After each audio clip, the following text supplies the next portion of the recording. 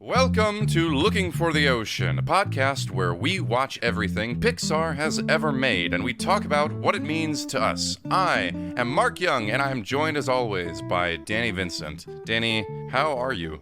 I'm good. I was so tempted to underscore your intro with a da da da da da da da. Yeah, that is the music from one of the shorts that we're going to be talking about today, The Blue Umbrella. We're also going to be talking about The Legend of Mor'du, which is the movie that is about the evil bear in Brave, and it was released on the DVD of Pixar, on the DVD of Brave when that came out. And The Blue Umbrella was released in theaters with the Monsters U. It had premiered in February at a film festival as well of 2013.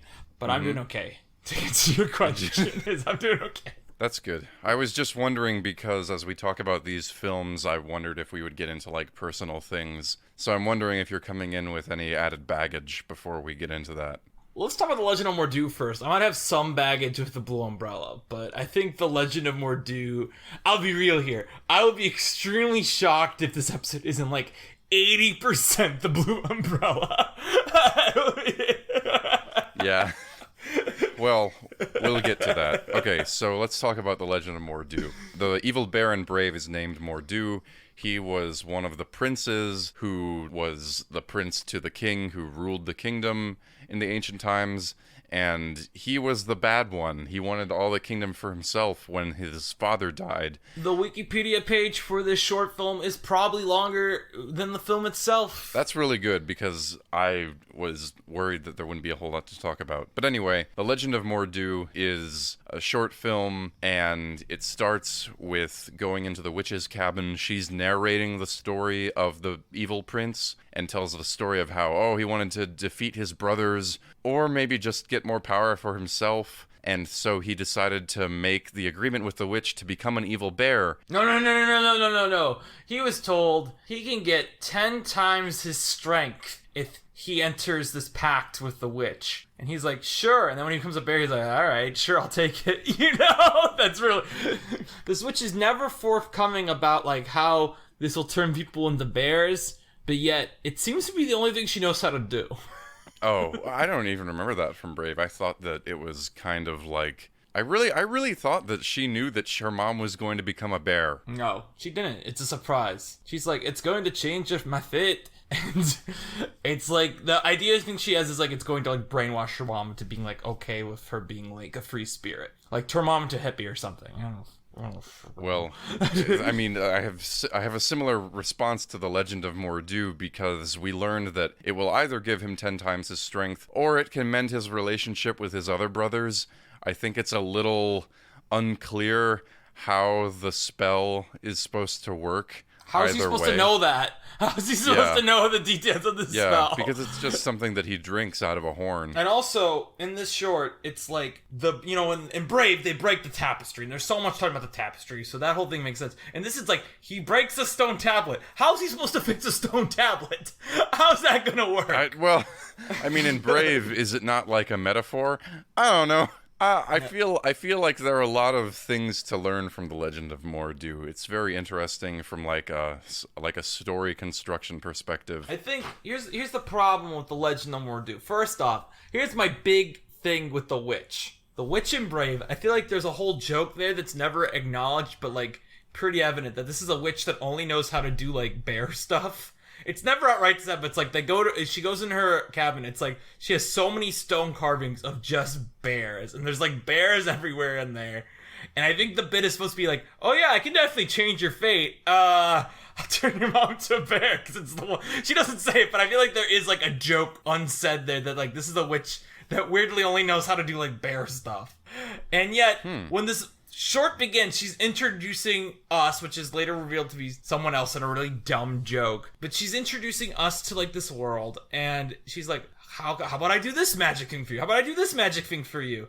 And it's like all these things I know she doesn't know how to do because none of them have anything to do with being turned into a bear. Well, I kind of thought that even in Brave, like, she has a thing for bears, but when they go to her place the second time and she does that answering machine thing, she has all these different options that you can do. I don't know. I feel like you're right, but I just didn't catch that. I just thought she was a normal witch. And I feel like it could go either way. It's funnier if she's only knows how to do bear stuff. That to me, if she doesn't know how to only do bear stuff, that makes Brave as a film even worse.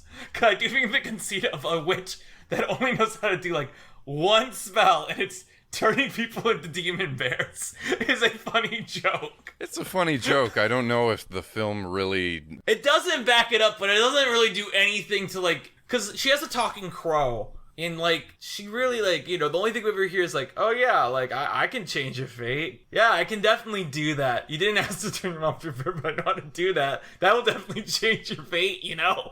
Well, I guess I agree with you. But it's not clear to Mor'du that it will turn him into a bear, but he still chooses the bear option and becomes evil. And then the rest of the story is him aren't we happy at the end of the Brave? We talked about this last time. But aren't we happy at the end of the Brave that this murderous man who committed genocide against his own army, he's like, well, at the end of Brave, he gets to like nod his head and go like, thanks guys, and gets to go peacefully on to his afterlife. Yeah, the tone of both Brave and this short to these princes is so bizarre because, like you said, in the movie, he turns out to be a normal dude, and in the short, all of the supposedly normal princes are presented in a very, to me, horrifying way.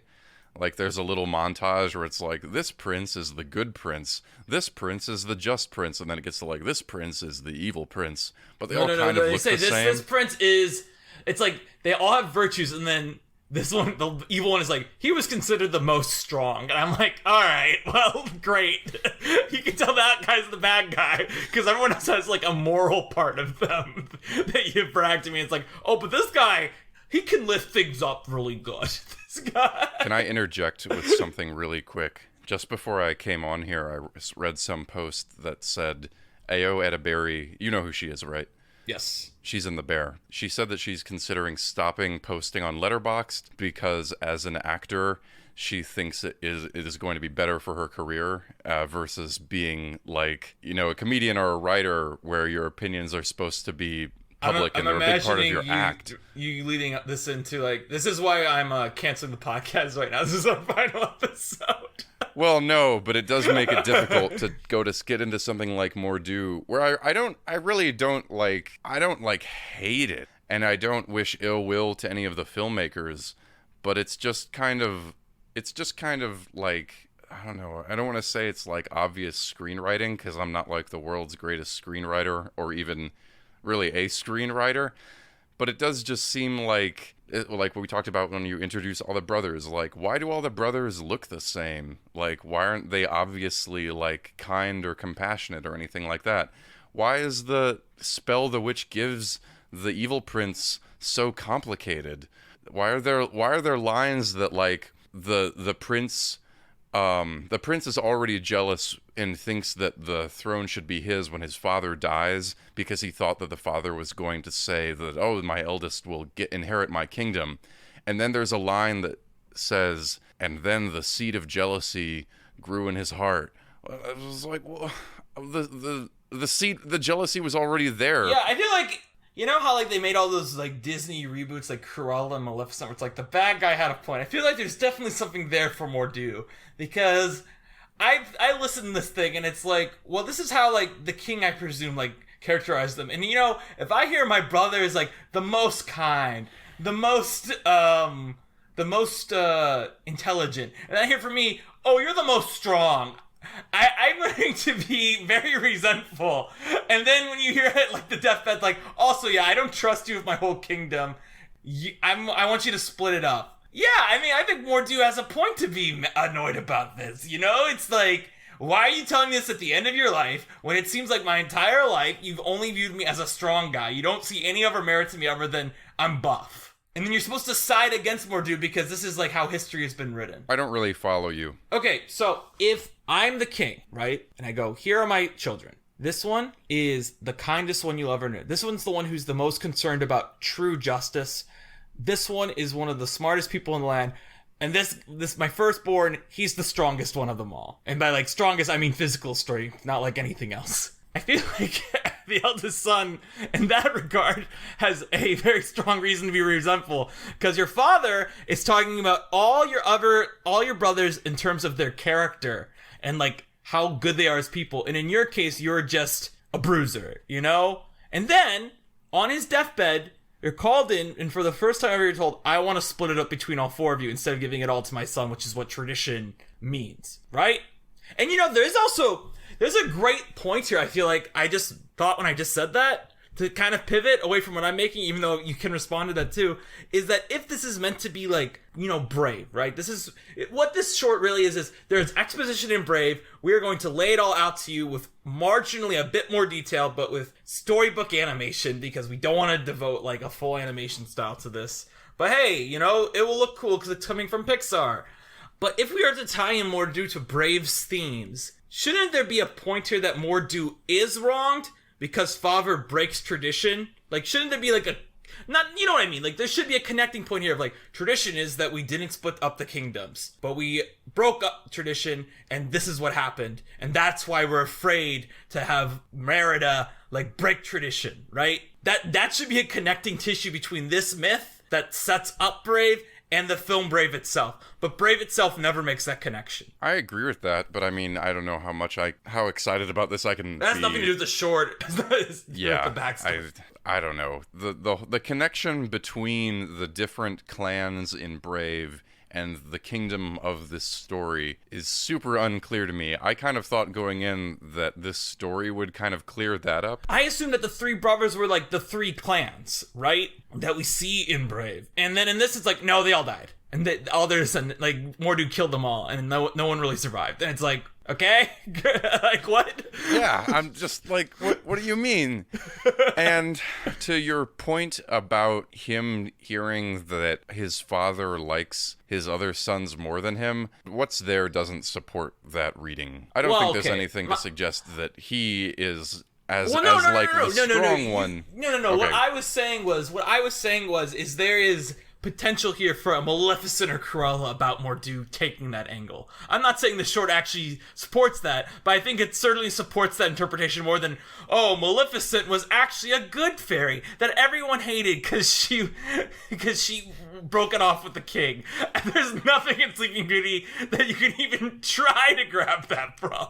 But here, in Mor'du, I'm like, here's a spitball take that I literally can get off of one watch of this short. Well, okay. I still don't know if I follow you entirely, but I support you. I think the actual problem with The Legend of Mor'du, and I feel like we have at least one listener who studied classics is going to be mad about this take from me, because he's going to be like, not all myths are like this. But I'm going to spoil the opening of Oppenheimer right now. The first 5 seconds of Oppenheimer. Is that okay? Oh, I guess so. It's related. Oppenheimer opens with footage of an explosion. While over it, let me get the exact quote, and you can cut off me, sir. I'll actually give you a clean take, okay? I'll give you a clean take. Words Oppenheimer play? No, I kind of want to leave this in because I think it's funny that you can't remember the first 5 seconds it's actually of Oppenheimer. No. I want to get the exact wording because I actually think the exact wording is really good, and that's the point I'm trying to make. I'm curious if it's what I think it is, but maybe you'll, All right. So Oppenheimer opens with footage of just an explosion, and over it comes the words, Prometheus stole fire from the gods and gave it to man. For this, he was chained to a rock and tortured for eternity. And that's it. I'm like, beautiful way to open this movie. Beautiful thesis statement. Completely also sums up the myth of Prometheus in 2 sentences. Wow. I think all good myths, you can do something like this with. I'm not Christopher Nolan, but I'm also not someone, who knows myths on top of their head that could sum it up like this. I think any classic myth, though, you can sum up in 2 or 3 sentences like this. You can't do that for The Legend of Mor'du. You can't. That's the point I'm trying to make here. It's this is supposed to be a legend or a myth, and I don't think it gives you any simple lessons that a fable or a myth really could. Are you wowing at that being the opening to Oppenheimer, or oh wow, that's a very poetic way to put the story of Prometheus, or what? I mean, I don't know. I think that's actually not the opening of Oppenheimer. I thought the opening of Oppenheimer was going to be something like the opening of The Last Temptation of Christ, where it's this is based on Jesus Christ or something like that, and this is the filmmaker's interpretation of what happened, because I've heard people say that the film is very explicit about things being war crimes and stuff, even though it's about Oppenheimer and him as a man. So I thought it was going to be like contextualizing it, or the end of Prince of Egypt, or something like that. But pretty interesting that it starts with that quote. Well, because it's based on the novel American Prometheus, so that's kind of where they got it from. But it is like, I'm like, that's such a nice poetic way to put it. I feel like two simple sentences. Everyone pretty much knows the story of Prometheus anyway. But also to get to the point I'm really trying to make, because I'm not really trying to talk about Oppenheimer. I was just confused. You're like, wow. But like, I do think, myths can be summed up in like at most 5 sentences, most good ones. And I'd struggle to sum up Mor'du in 5 sentences. And I don't even mean like, I think the message of Prometheus is clear from that. I don't think there's any message to Mor'du other than, hey, family's important, I guess. But like, what is it? That's really the whole issue though. This is just an expansion of exposition from Brave of the lore. There's nothing new here you didn't already know from Brave. It's a little bit more fleshed out, but not really in any way that it just makes it more confusing if anything that it fleshes out. I don't think this is that good. I think that's a pretty good analysis of why Mor'du feels a little bit less than. But yeah, I agree with that. I do imagine the classics person listening to this, and I think maybe what you want is something more like a fable. I would hate to say that like a myth is supposed to be like this. But either way, the Legend of Mor'du falls into all this stuff. Mm-hmm. Myth, fable, legend. Well, they're not. I don't think they're all the same thing. I know they're not the same thing, but like I do think the way it's presented in Brave as like this kind of, I don't want to say a creation myth because it's not a creation myth, but like this is the story of our homeland. It's got magic to it, so we don't know if magic's still real.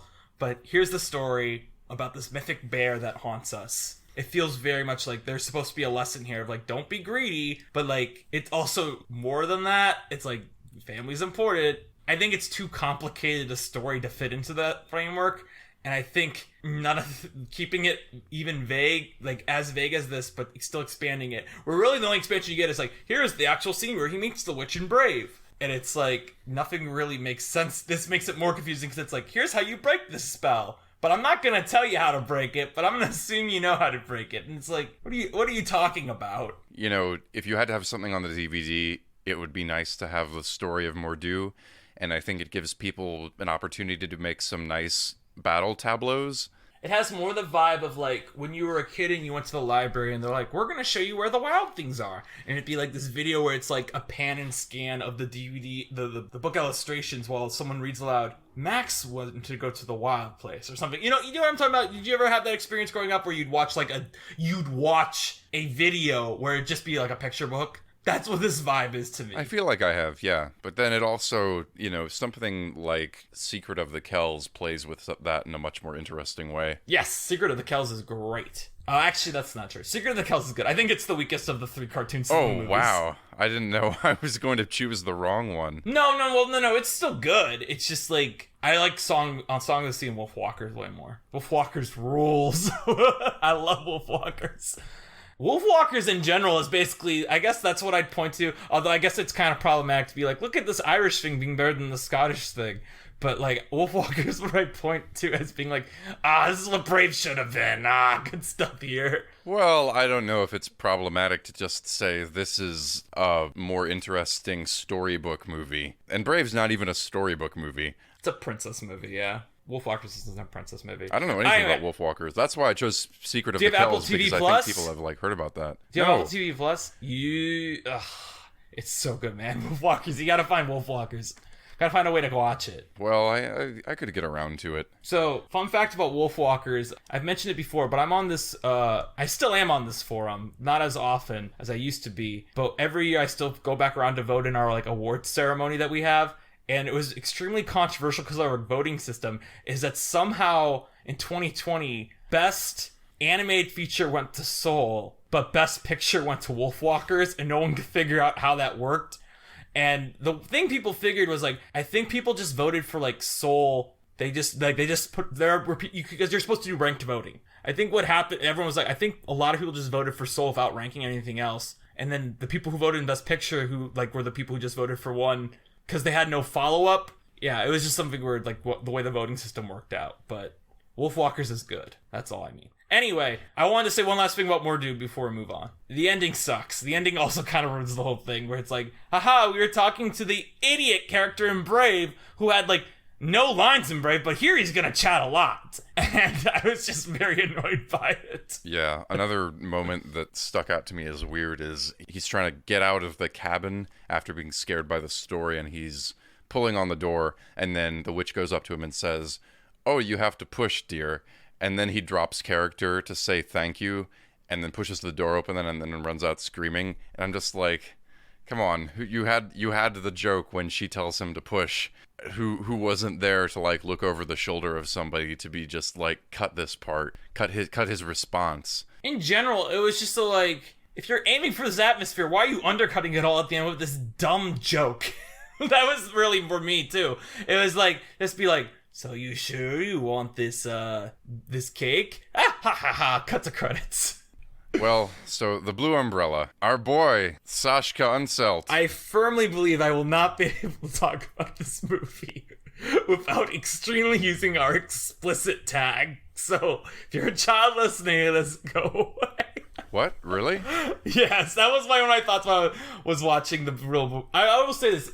I think there was, I can't remember what other short there was, but I remember I was saying earlier in this podcast, there was one movie we watched where I just had to like yell along with the movie to keep myself into it, where I was like, no, don't do it, no! And that's what I was like with the Blue Umbrella watching it. I was like, no! At multiple points while watching it. Or, aw, man! Like when stuff happened in it. Yeah, the Blue Umbrella really is good at creating harrowing situations. Blue Umbrella, directed by Saschka Unseld, who has made better things. Well, we're big fans of him here on the pod. He directed Oli-Schau and he directed Straße der Spezialisten, which way better than this. I don't know. I think that the story is a little simpler and it is less daring. Like, of course, it's simpler than Straße, and then Oli-Schau is very bold. And I think this is fine. I think this short exists as a technical exercise. I think it is an important first step for Pixar in a way, because this is beginning of Pixar really trying to hit that photorealism level, which I argue they only ever really get right in that short film Piper that we'll eventually get to. Because this is like more of a...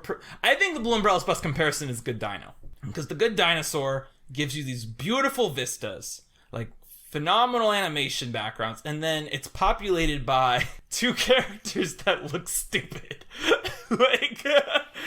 I'll be real here. I'm so just at a base level confused about the Blue Umbrella as like a conceptual piece, because you go out of your way to introduce this short film with, we're gonna go, and Wiki has a nice fancy word for this word that I've never think called artificial pareidolia, where it's like, oh look, there's natural faces in the grates in the ground, in the gutters, and then we get through all this setup, and then we just see these umbrellas that have Winnie the Pooh faces drawn onto them, and I'm just immediately frustrated as soon as that happens, because I'm like, why would you go to the effort of setting up like a photorealistic world to try to like prove to me you can get like these characters out of realistic objects and then just draw cartoon faces on your main characters?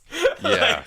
Well, to be clear, I think we both liked this short. No, we don't. No, I don't. Oh, we don't? I think this is a bad short. I just think it's funny. I think it's a precursor to... I think this is worse than Lava, because I like music in Lava. And the other thing that I think is a very important context for the Blue Umbrella and my hatred of it is a short film that I didn't tell you to watch, but I should have told you to watch. Just homework. Oh, can I guess it? Can I guess it? Yeah. Paperman. Yes! Paperman comes out. I watched Paperman before we recorded this. Okay, I knew it. I did not rewatch Paperman. I don't need to rewatch Paperman. I think Paperman is a brilliant short film. I think it's one of the best things Disney's put out in like the last 15 years. I think that and Feast, which is another Disney short, when Disney was doing these short films to like experiment with that style that they ended up never using for film. Even though it looks like Wish is going to finally like utilize the stuff they developed for that. But like Paperman is a brilliant short film with the same kind of thesis of like a meet cute, like that's put together by these inanimate objects. But Paperman, I think, gives you more empathy for the main characters, gives you more empathy for the like inanimate objects, and has a much better score.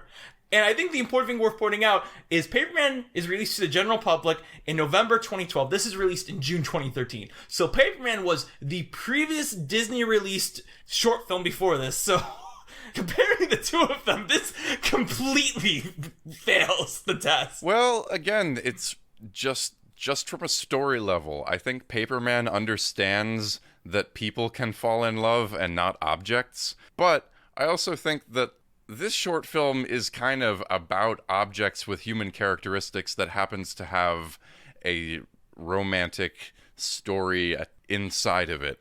That's not really why I enjoy watching The Blue Umbrella. I enjoy watching The Blue Umbrella because, again, it also just gets very melodramatic at points where it's like they're going, he's heading under, they're going to go underground. Oh no, he's going to close the umbrella.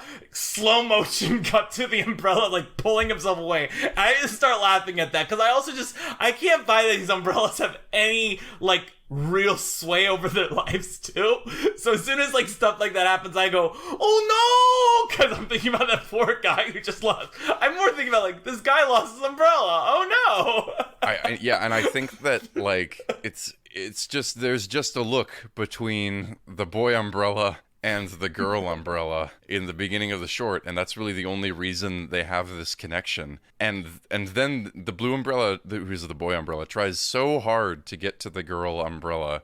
Why? I also just look at this thing and I'm like, I was thinking about Elemental, which this isn't actually a problem of Elemental, but this comes back to this thing where it's like all these short films that are about like love stories between objects are always so heteronormative.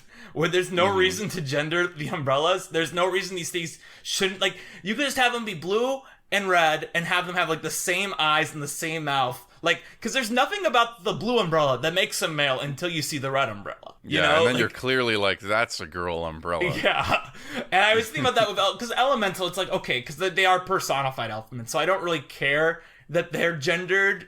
But it's just like, watching this, it's like, this is so dumb. This is just such, because also, again, like, all the umbrellas in the crowd all have the same eyes, too, as the blue umbrella. So it's just like, why? Why did we need to give the girl umbrella eyelashes? Yeah, this is kind of a tangent, but it's so refreshing to be here talking about this. I feel like it's such an annoying assumption in a lot of art that there are, like two genders, and there's the male and the female, and the story is about the male and the female, like, doing male and female things together. What's funny is I remember seeing the Blue Umbrella in 2013. I saw it twice, because I saw Monsters U twice. I'll get into where I saw Monsters U on the Monsters U episode.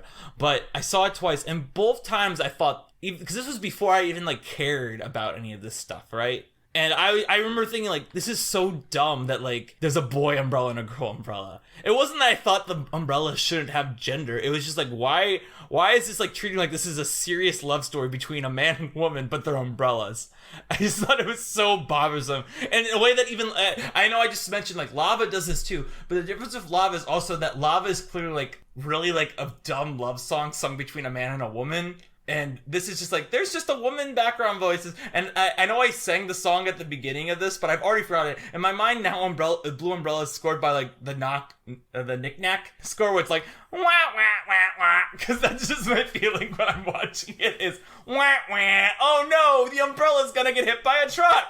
Ah! Like stuff like that. I don't know. I disagree with you, but I have no reason why that I remember the score for the Blue Umbrella much better. Oh, well, than no, I do it has. for I mean, you can't really disagree. Like, it's not an agreement or a disagreement. It's just that, like, I literally have forgotten the score. Well, that's what I'm saying. I don't know what to say. I remember the score pretty well. And fun fact about the score, it was done by the vocals Sarah Jaffe and then John Bryan, who did a lot of things. John Bryan's a good composer. Yeah, he was Paul Thomas Anderson's guy before he switched to Johnny Greenwood. But he also recently did Lady Bird, which is a good score. Mm-hmm. Yeah. He also apparently was retired for 5 years and came back for that Charlie Day comedy that came out earlier this year. That seemed like it had a lot of names attached to it. I'm glad he has that kind of pull. Yeah, too bad about the Rotten Tomatoes score.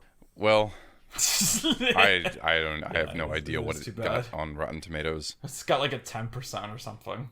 Well, The Blue Umbrella, It is so hard to talk about this movie and not talk about Paperman. I feel like I'm thinking about Paperman anytime I talk about. Well, that's the the other thing Umbrella. too. Is like I'm trying to remember the score of the Blue Umbrella, and what comes to mind is the Paperman score. The Paperman score. Again, I haven't watched Paperman in like 3 or 4 years. I remember the score for Paperman. It's like I can't hum it to you because that's not that composer's style. But I also remember because in the Ryan Reynolds movie Free Guy, I got really distracted because it's composed by the same guy.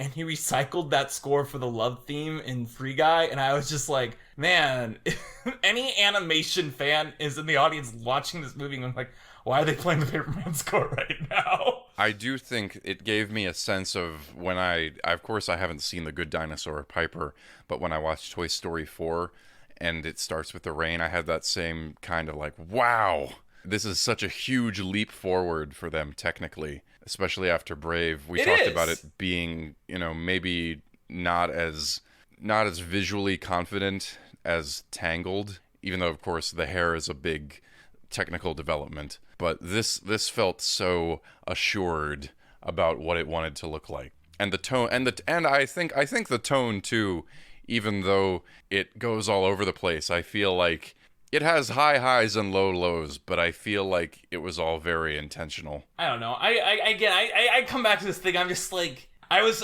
replying to a friend of the podcast, Matt Smith, right before this, talking about the new horror film Talk to Me, and I won't explain why I said this, but I was like, it's not creepy, and then I sent the gif from Glass Onion of Benoit Blanc going, it's just dumb. And that's what I feel like my reaction is to this is, it's just dumb. Anything you say to me, I just want to like pull up like Benoit Blanc saying that. It's like, no, I'm sorry. It's just stupid. Like I cannot, other than like, again, I do like the first like 5 seconds of the short where it's like, here's all these things around unnamed metropolis, which like are enjoying the rain because the gutters exist to like live in the rain, and it's a nice time for them. Like they enjoy this. I think too that the handheld camera and plus the photorealism of the whole thing positions you as the viewer like in the film in an interesting way. It's not very useful to call it interesting, but it does feel like it creates this atmosphere with the camera and those opening moments. I agree to a point, but in the opening moments, yes, I agree entirely. I think once the short introduces slow motion to it, it immediately loses me every time it does that.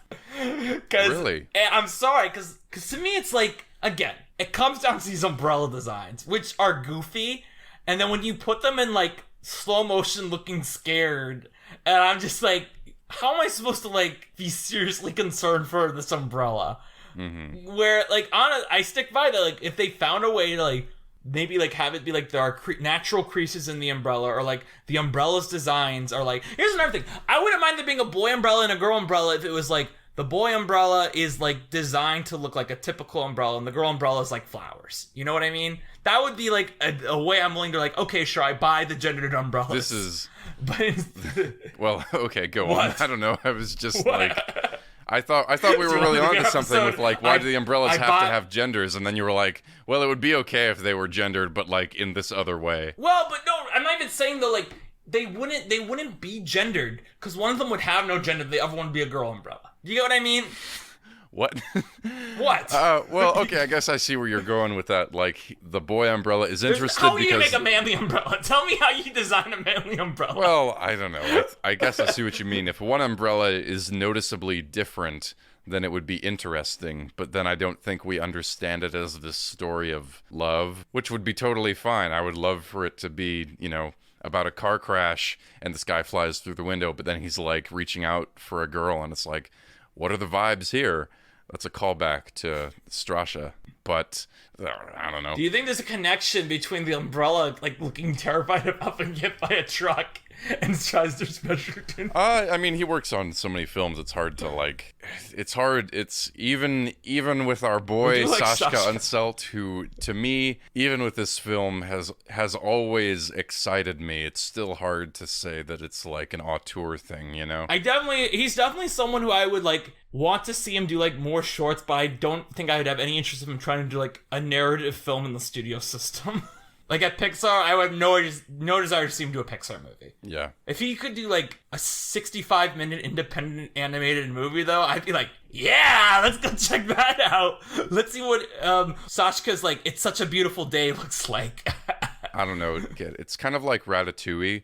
If you can create an atmosphere that feels comfortable to me, that goes a long way for me in how much I enjoy a movie. I love the feeling of moistness and cold and fog, which I didn't feel like Brave felt kind of vaguely hot or tepid to me, but there's something about, the soft focus and the rain falling on the umbrellas that just puts me in a good place. And I recently rewatched Do the Right Thing, which really goes Great for like movie. Phenomenal movie. Great movie's an understatement. Yeah. Go on. But sorry. like the hottest movie you've ever seen. And of course I love like everything about Do the Right Thing, but even if it was like a whatever movie and it was just how they portray hotness, I would have a really good time watching that. I feel the same way about like Andrei Tarkovsky movies. It's foggy and these fields of grass have a smell. I love that kind of thing. I don't want to call it a Pixar movie on my Pixar podcast, but I do think actually the best Pixar's ever got at like portraying a climate to me has been Luca. Because Luca to me is such a, yeah, it's the summer, but we're by the beach type of movie. And like, that is why I'll always say Luca's probably my favorite of the three recent ones, just because it has such a vibe, whereas the other two are still more narrative driven, which I'm always like, yeah, Pixar, just give me a vibe movie. Like, that's why Elemental works when it's a vibe movie, and then when it's not a vibe movie, I'm like, come on, why do I have to have a plot here?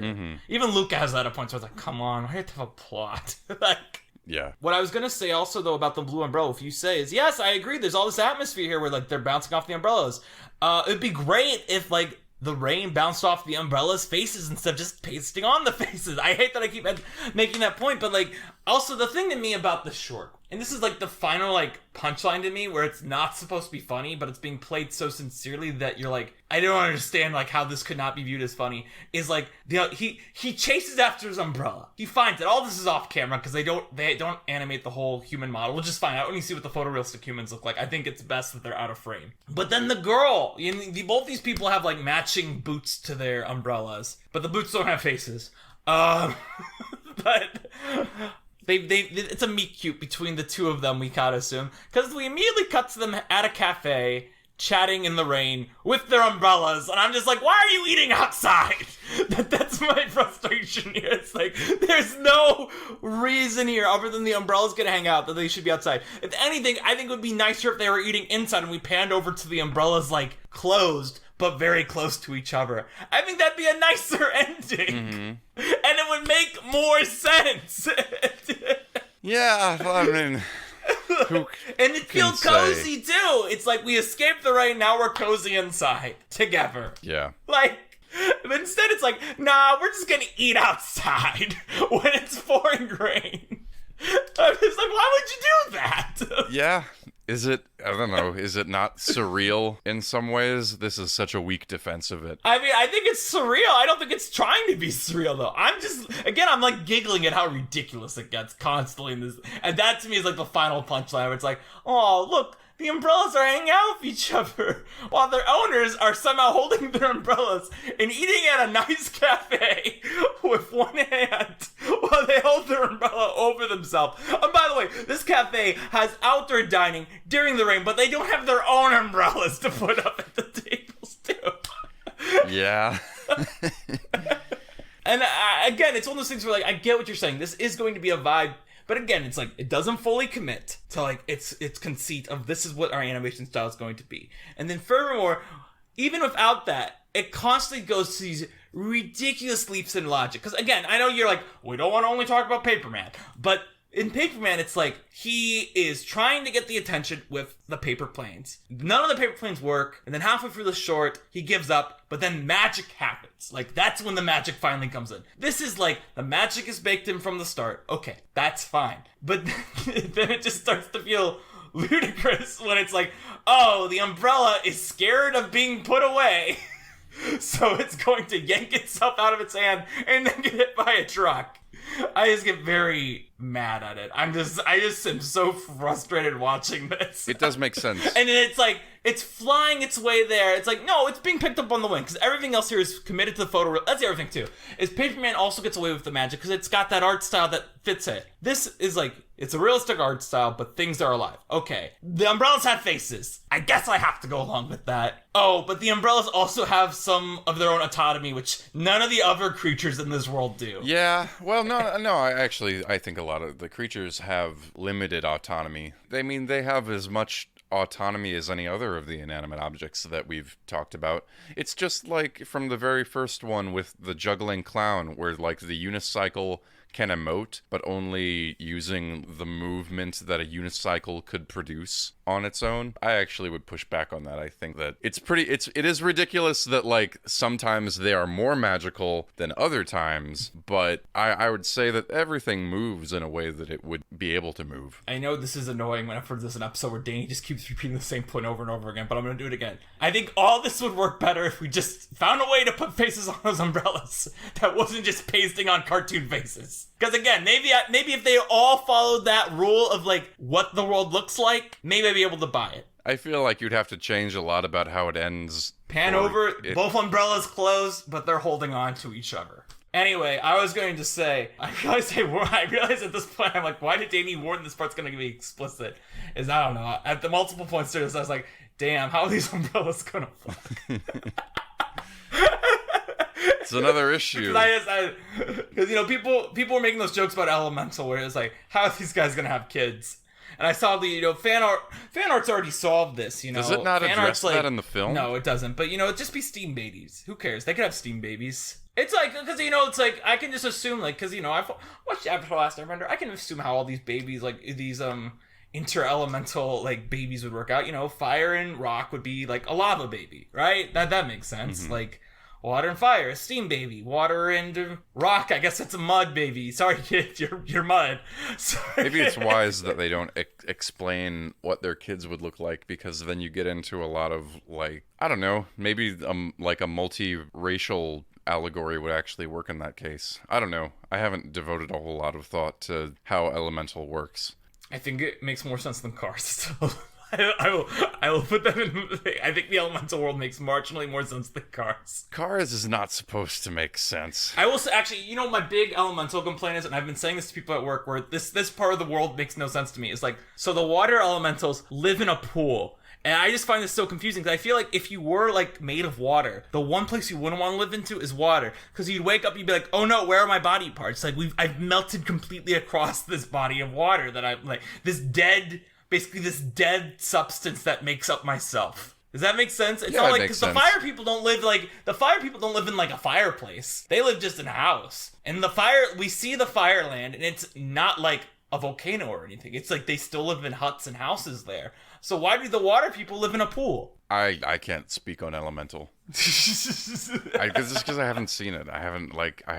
I've got theater things that I need to see before Elemental. There's also like, you meant movie theater things. Yeah, I can think of 3 better movies that are out right now that are worth your time seeing off the top of my head. More than 3 are definitely there, but off the top of my head, yeah. God, Ao Edebiri just haunts.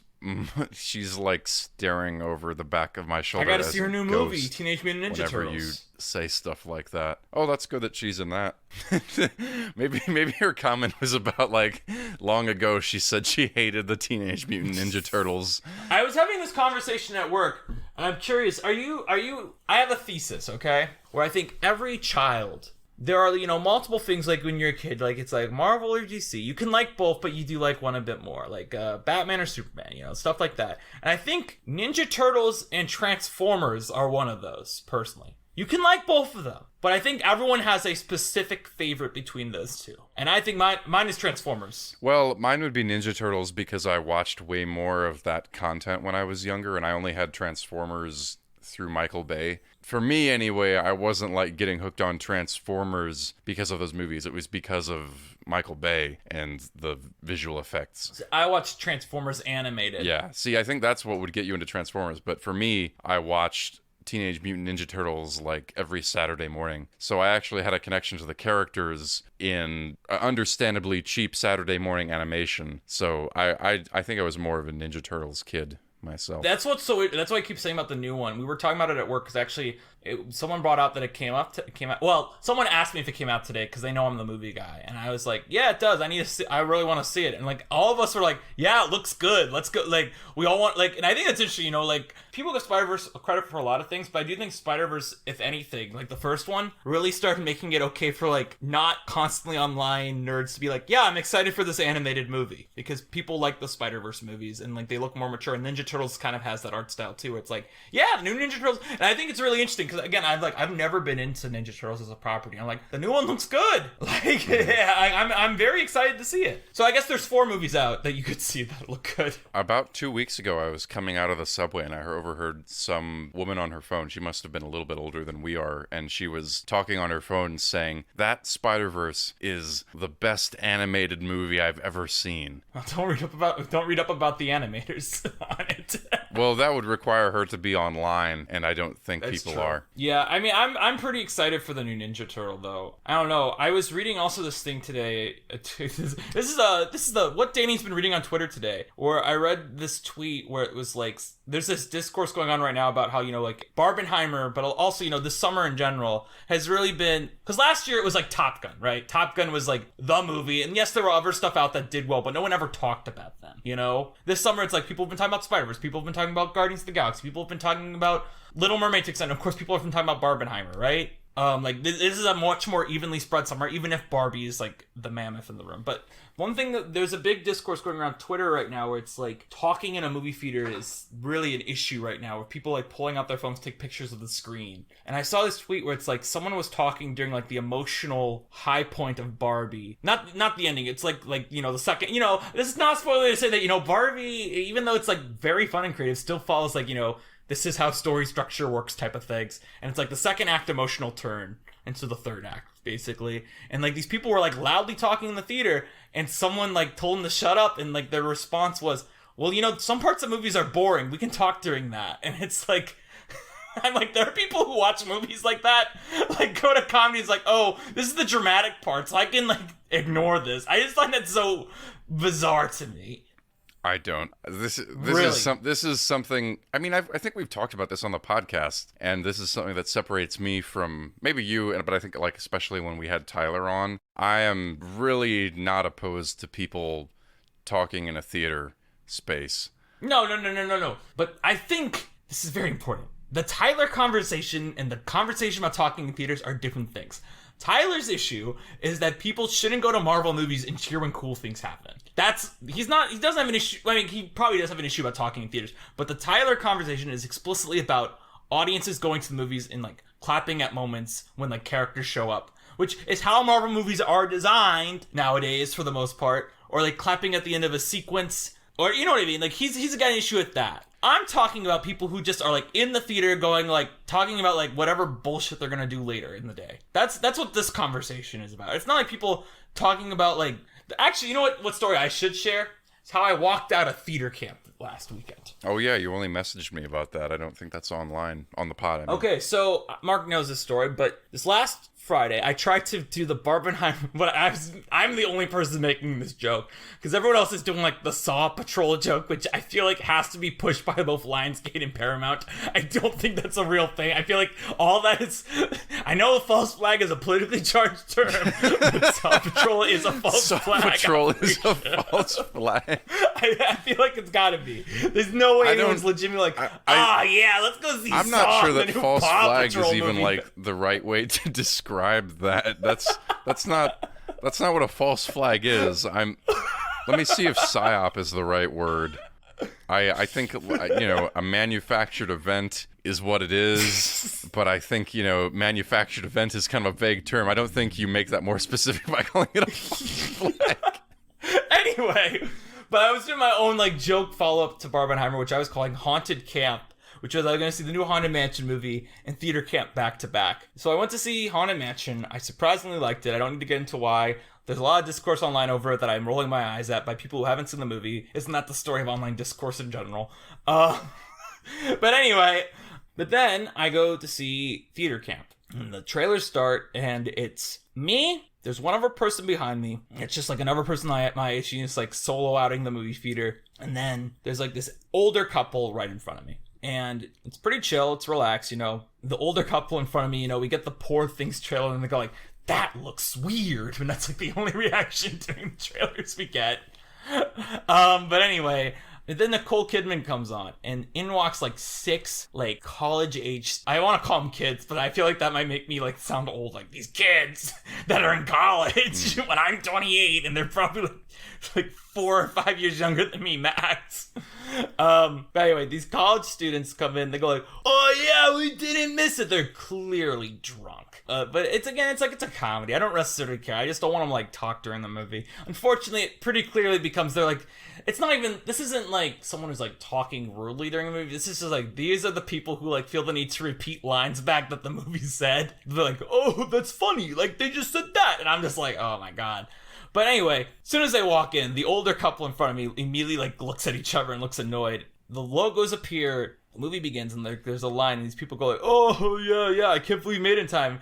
And the man in the couple goes, "Excuse me, can you guys please be quiet? We're trying to watch the movie." And it's like, all right, this is immediately, I'm like, I avoid confrontation. I want to point out also, these drunk people are sitting right behind me, and the elderly couple is right in front of me.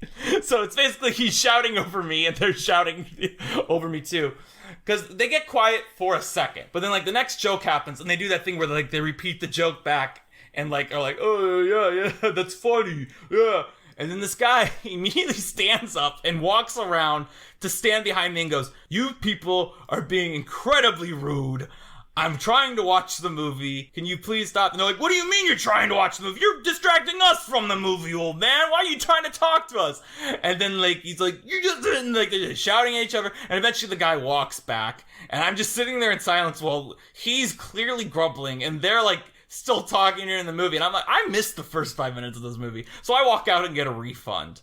Okay, I guess this really has nothing to really do with my point, because I feel like drunk people going to a movie is something you're gonna deal with regardless. I don't think that's like a pandemic new thing. I remember I saw Monster Trucks drunk. Like, it's something that happens, people want to go see a movie drunk. Granted, I don't know. It was a Friday night. Those old people should know what they're getting into too. But also, I don't know. It's like, I think it's a little different, this thing specifically with Barbie, because it's like Barbie is like this new movie that's like selling out every showing, and it's like, just because there's like people there where it's like, they don't want to watch it, it's like, what? Like, what is this? I don't even mind taking photos of the screen as much as people talking annoys me more than that. People want to take a photo of the screen, I don't care. This is something that I feel strongly enough about that even when it annoys me, I will defend it. I think that if you're in a public space, then there is an amount of disruption that is okay. And let me actually make that more specific, because I was watching another video about almost this very thing. I don't mean this about like, platforming Nazis or something like that because of like free speech. Well, I don't know. You have to like live in my brain with my internet diet to know why I'm like, oh, but not that thing that I watched a video about 2 days ago. My thought about like presenting art to an audience is I think that audience should be allowed to accept or reject that art. Like, you cannot make them sit. I especially am annoyed when people are like, you need to like sit still during a piece of art or something, like, or like you can't leave, once you've like sat in the theater. Even on something like Broadway, it's just like, shit's more important than like fake people on stage, man. Obviously, don't be like, "Oh man, how was the game last night?" and then like get up and get on your phone and then like walk around and shit and like fuck up with stuff like that. But there's just like, sometimes you need to be a little disruptive because there's an emergency or something. And also like sometimes you're just like not feeling a work of art. And then I don't personally think that you should like disrupt other people's experience of that work of art. But then I also think that like it's also okay. I also think there's a lot of theatrical experiences are not like, if I get my ticket for the 8-hour Satan Tango marathon, I have different expectations about that and about the audience that I'm going into versus, like you said, like Friday night, let's go see theater camp. Yeah, and also, I feel like pointing out, also, it's the 9:20 p.m. showing. That's the thing, too. I kind of was like, all right, this makes sense that there's drunk college students here at 9:20 at like the late show of theater camp. That is logical to me. I had no problem with that. My problem was I left because I felt tense because these people in front of me and the people behind me were like yelling at each other. I'm not. That's why I left. It wasn't. But no, go on. Sorry, no, I wanted to clarify. Well, I'm not. I'm just pulling a title out. Yeah. I'm not saying that like I haven't seen theater camp or actually Satan Tango,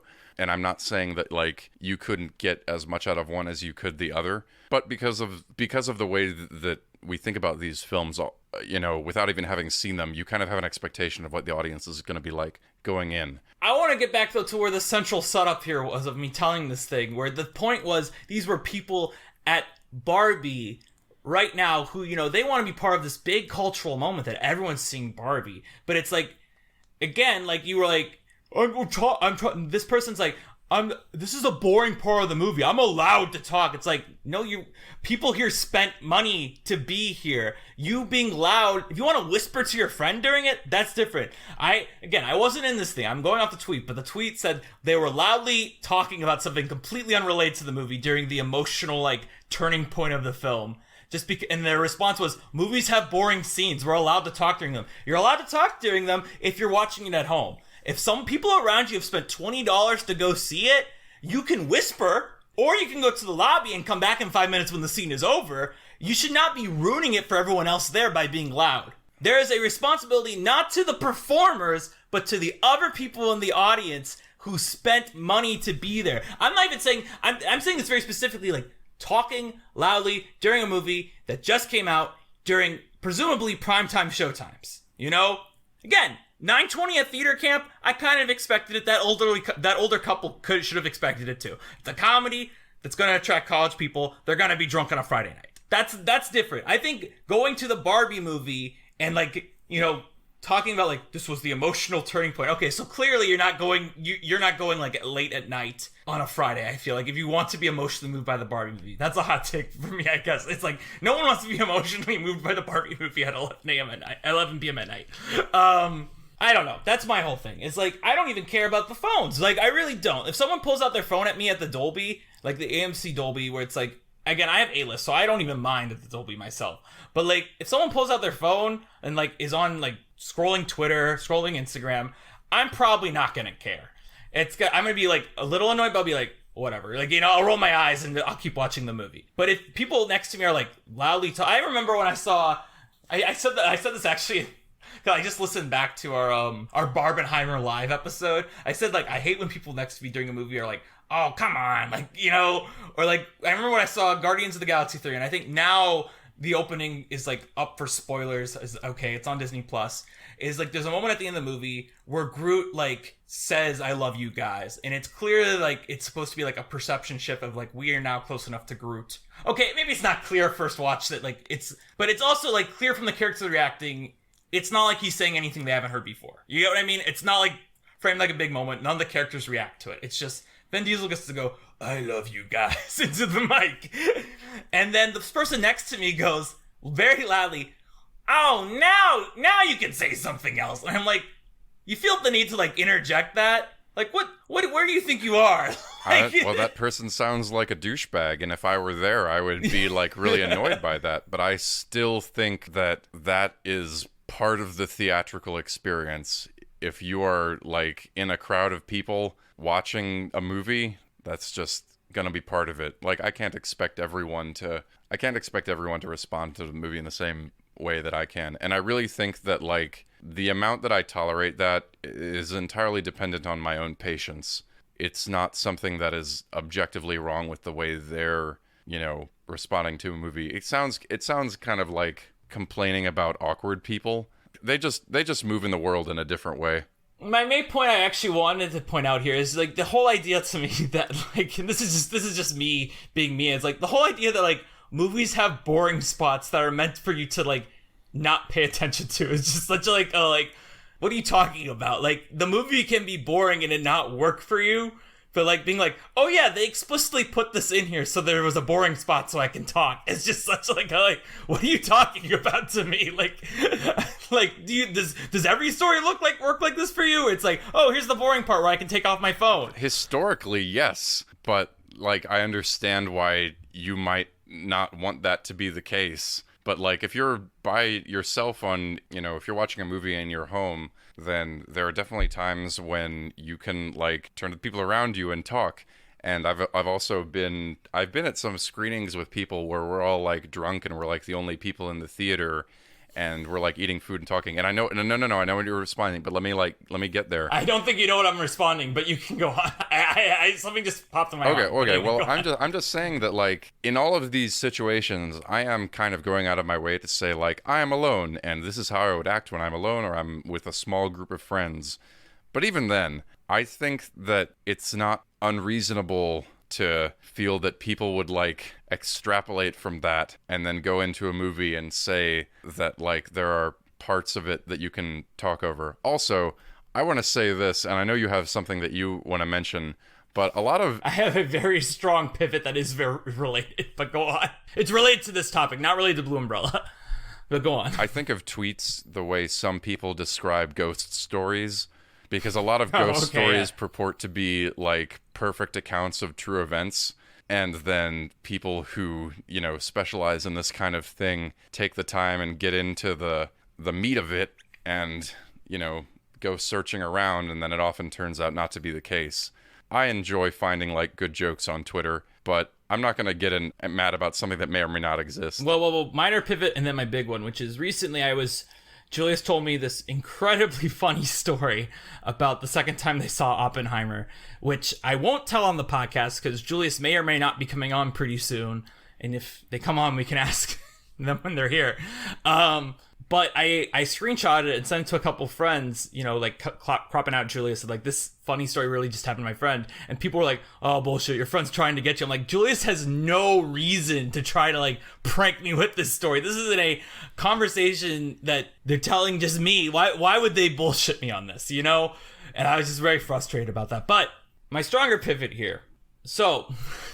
this is going to be a really interesting topic, I think, to breach, because it might veer on the point of real shit. But I think about our road trip from college. There are multiple memories from that trip that, that really stick out in my mind. I think about Toby, which is a story I'm not telling right now. Eventually, Toby will be told on this podcast, the story of Toby. Probably when we have a guest who doesn't know it. Oh, I had to think, and I was like, oh man, you don't want to drop the story of Toby? I think about the dead body we saw in Salt Lake City. I think about the story about the time that we should have mentioned during our Finding Nemo episode, where we got stalked by like a homeless guy at the Mormon temple. But I also think about the Grand Canyon.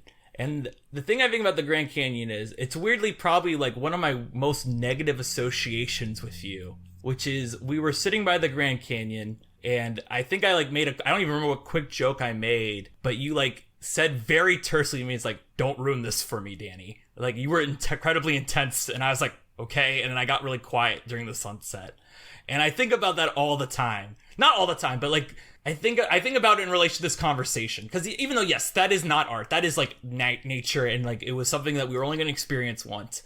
But I think about that because I think that is actually maybe the harshest time you've ever been like, I don't want to be like, you were mean to me, because it was also like, it was a valid like annoyance that like I was trying to make a bit out of the Grand Canyon sunset, but it was also just like very like real to me, where you're like, you need to shut up right now. And I was like, and I don't know why, it really sticks out on me on that trip as like the one like negative memory I really, well, besides Toby, but it's like a funny negative memory. And I feel weird that I'm airing it out now because I think we've never talked about this. I don't think we have either before. But I intensely remember it as like suddenly like, oh damn, I'm like getting too annoying for Mark right now. And it's one of those things where, like, there was a moment at work recently where this kindergartner walked up to me and it was like, you're being way too loud and rude right now. I was like, wait, you don't think it's funny when I'm not? Like, no, it's annoying. And I was like, really actually hurt by this? And I was like, dang, like, I thought I was being funny to you guys. And she's like, nah, you're just annoying. And I was like, ooh, I feel bad about this. And it was like one of those things where, like, as like someone, I feel like, we talked about this before, every podcast has like a mic and a Sully. And like, I'm always the mic on all of my podcasts. And I feel like, the mic is just like, the mic is like the Seth Rogen, and every friend group has them. And I think I generally slot into that archetype. And I feel like that person is always like petrified of being like, oh no, my bits aren't working, or like this is not a good time for them. And then when they're told off by it, they're immediately like reflecting on themselves a ton. Anyway, all I'm saying is during this moment at the Grand Canyon, when you're like stop it, you're ruining this moment. That just popped in my head because you're like, I don't mind when people ruin moments at all, like, to me. And it's like, again, like, we're talking about art, and it's like, you can rewatch Barbie at home, and this is not the exact same thing. But I think about this whole thing in relation to what you're saying, and I'm like, how does this I seem cohesively like a become hypocrite. Yeah. Yeah, like, and I also feel like, I've never brought this up before to you, like, how this, like, still bothers me years later at points, but, like, it doesn't even really bother me. I always am like, damn, I feel like that was probably the worst I ever was to Mark, and I still feel bad about it type of thing, too. But also, I was just doing a bit. I don't even remember what the bit was. Yeah, I don't actually remember. Also, again, I get it. I'm sure this is one of those things where you might not even remember doing this. Well, it's so weird because I remember a lot of things that I do that aren't cool. It's funny when people are like, oh, that, like, embarrassing moment. Like, you never think about that again. And I'm like, I think about that stuff all the time. I don't know. That's just kind of seemed, like, untrue to me. Well, I don't know. First, I wanted to say that I'm, like, sorry for that. It's okay. I don't want to lay it on too much, but it's like that memory is associated more to me with the Grand Canyon sunset than the Grand Canyon sunset itself, with you being like, not right now, Danny. I mean, it's so wild because I don't actually remember us. I remember now us watching the sunset because we got down on that ledge and we kind of had it to ourselves, and that was nice. But,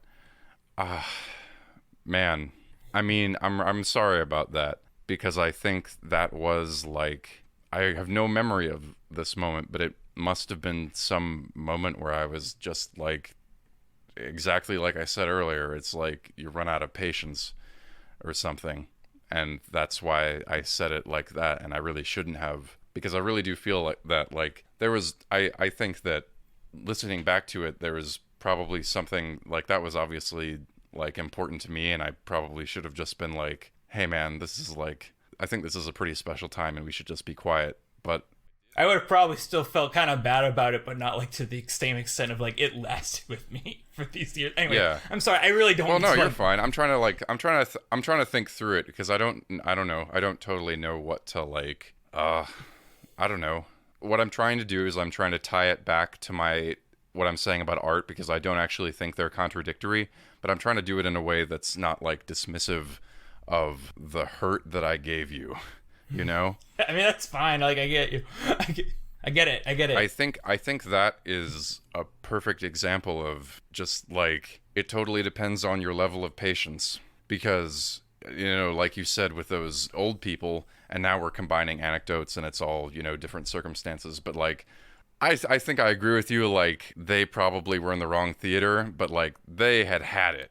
I think they could have just got a refund like you did. I think that it really does depend, like, place to place. And the Grand Canyon, I think I would put up there in, like, an 8-hour Satan Tango screening, you know, obviously higher. But, like, in terms of importance, maybe we were on different wavelengths going into that experience about, like, how we should be in that moment. I mean, I get you, but, again, it's also, like, it's one of those things, and this is, like, more of, like, a deep, like, seated psychological thing, where, again, it comes down to, like, being the Seth Rogen of a group, or being like the Mike of the group, is like, in a way, you know, this is just how I'm always going to be. And it's like, at that point in our life, I'm just kind of like, at this point, you know who I am, Mark. Like, you know, like, this is like my attitude, and you know you're here with me. So like, I don't know. And it's also like, I also see the argument to be like, well, like, okay, let me finish my thought, and then I'll be like, here's the counter argument that I feel like is very valid as well. It's like, you know, this is me. You know, this is how I am, and this is how I was going to act at the Grand Canyon. The counterpoint is, of course, Danny, you know how I am and how I'm going to be at the Grand Canyon, so you should have known this would be how I react. But I also say that, like, I don't know, it's a big complicated thing where it's like, here's who we are, and here's how we interact. And this interaction, like, weirdly, like, edged against each other in a way it doesn't normally, like, with the friction. Like, you know what I mean? Mm-hmm. Like, but also, it's one of those things where it came off more, like, in the moment as, like, stop it, Danny, you're being annoying in general, not just specifically this moment. Even though you said not right now, it was like, it's still like, man, am I always like this? And he doesn't want to talk to me, like, he just doesn't want to confront me like this type of thing. And, you know, I'm very insecure as a person. And this was like 5 years ago now, I think. So it's like, I don't know, it's like this weird thing where it's like, you know, I appreciate the apology. It's still like, it's one of those things where it's like, it still happened. It was maybe something that was just unavoidable to happen at some point on that trip, just because of how different we are, which is also why we're friends. That's why we have this podcast. But it's like, it's one of these weird, I feel like every, friendship has a moment like that. I know, I'm not going to say them, but I know I've had that moment with Julius before. I've had that moment with Sarah before. I think that is something, that always happens with Lynn. Again, it's something where, people fit into archetypes of, like, friendships. And inherently, if you're probably going to get the least along with someone who, if you know what I mean? Like, probably if I meet, like, another Seth Rogen type, it's like, that's the person you get most on edge with. Yeah. But, like... I definitely feel that way. I'm very opposed to people that I see parts of myself in. I gotta say also, sorry, never mind, I'm not gonna say it. For some reason you said that, well, I'll just say it really quickly. It wasn't even an argument. I was talking about Oppenheimer with some people, like, in a Discord I'm on yesterday, and out of nowhere, like, the younger people were just like, man, the scariest thing about Oppenheimer is, like, it could have been you making those decisions. I was like, what movie did you watch? Like, what are you talking about? It could have been, if you were an Oppenheimer, like, if I was Oppenheimer, I'd made those same decisions. I'm like, what are you talking, like, that's not what this movie was about at all. Like, but anyway, I don't know. It's just, there are personality types. I think about this also, too, where it's like, this also might be like maybe divulging too much, but who knows? Maybe a potential partner down the road will be like listening to all the podcasts of this and then come across. It's like, I think, as someone who hasn't really been in a real relationship, I don't think I have many deal breakers, but I do think someone who like talked during, it's not even like, they could be someone who's not like interested in going. I'll call someone out on the podcast and I won't use names, but a future podcast of the guest of this show told me that we were talking about Barbenheimer, okay?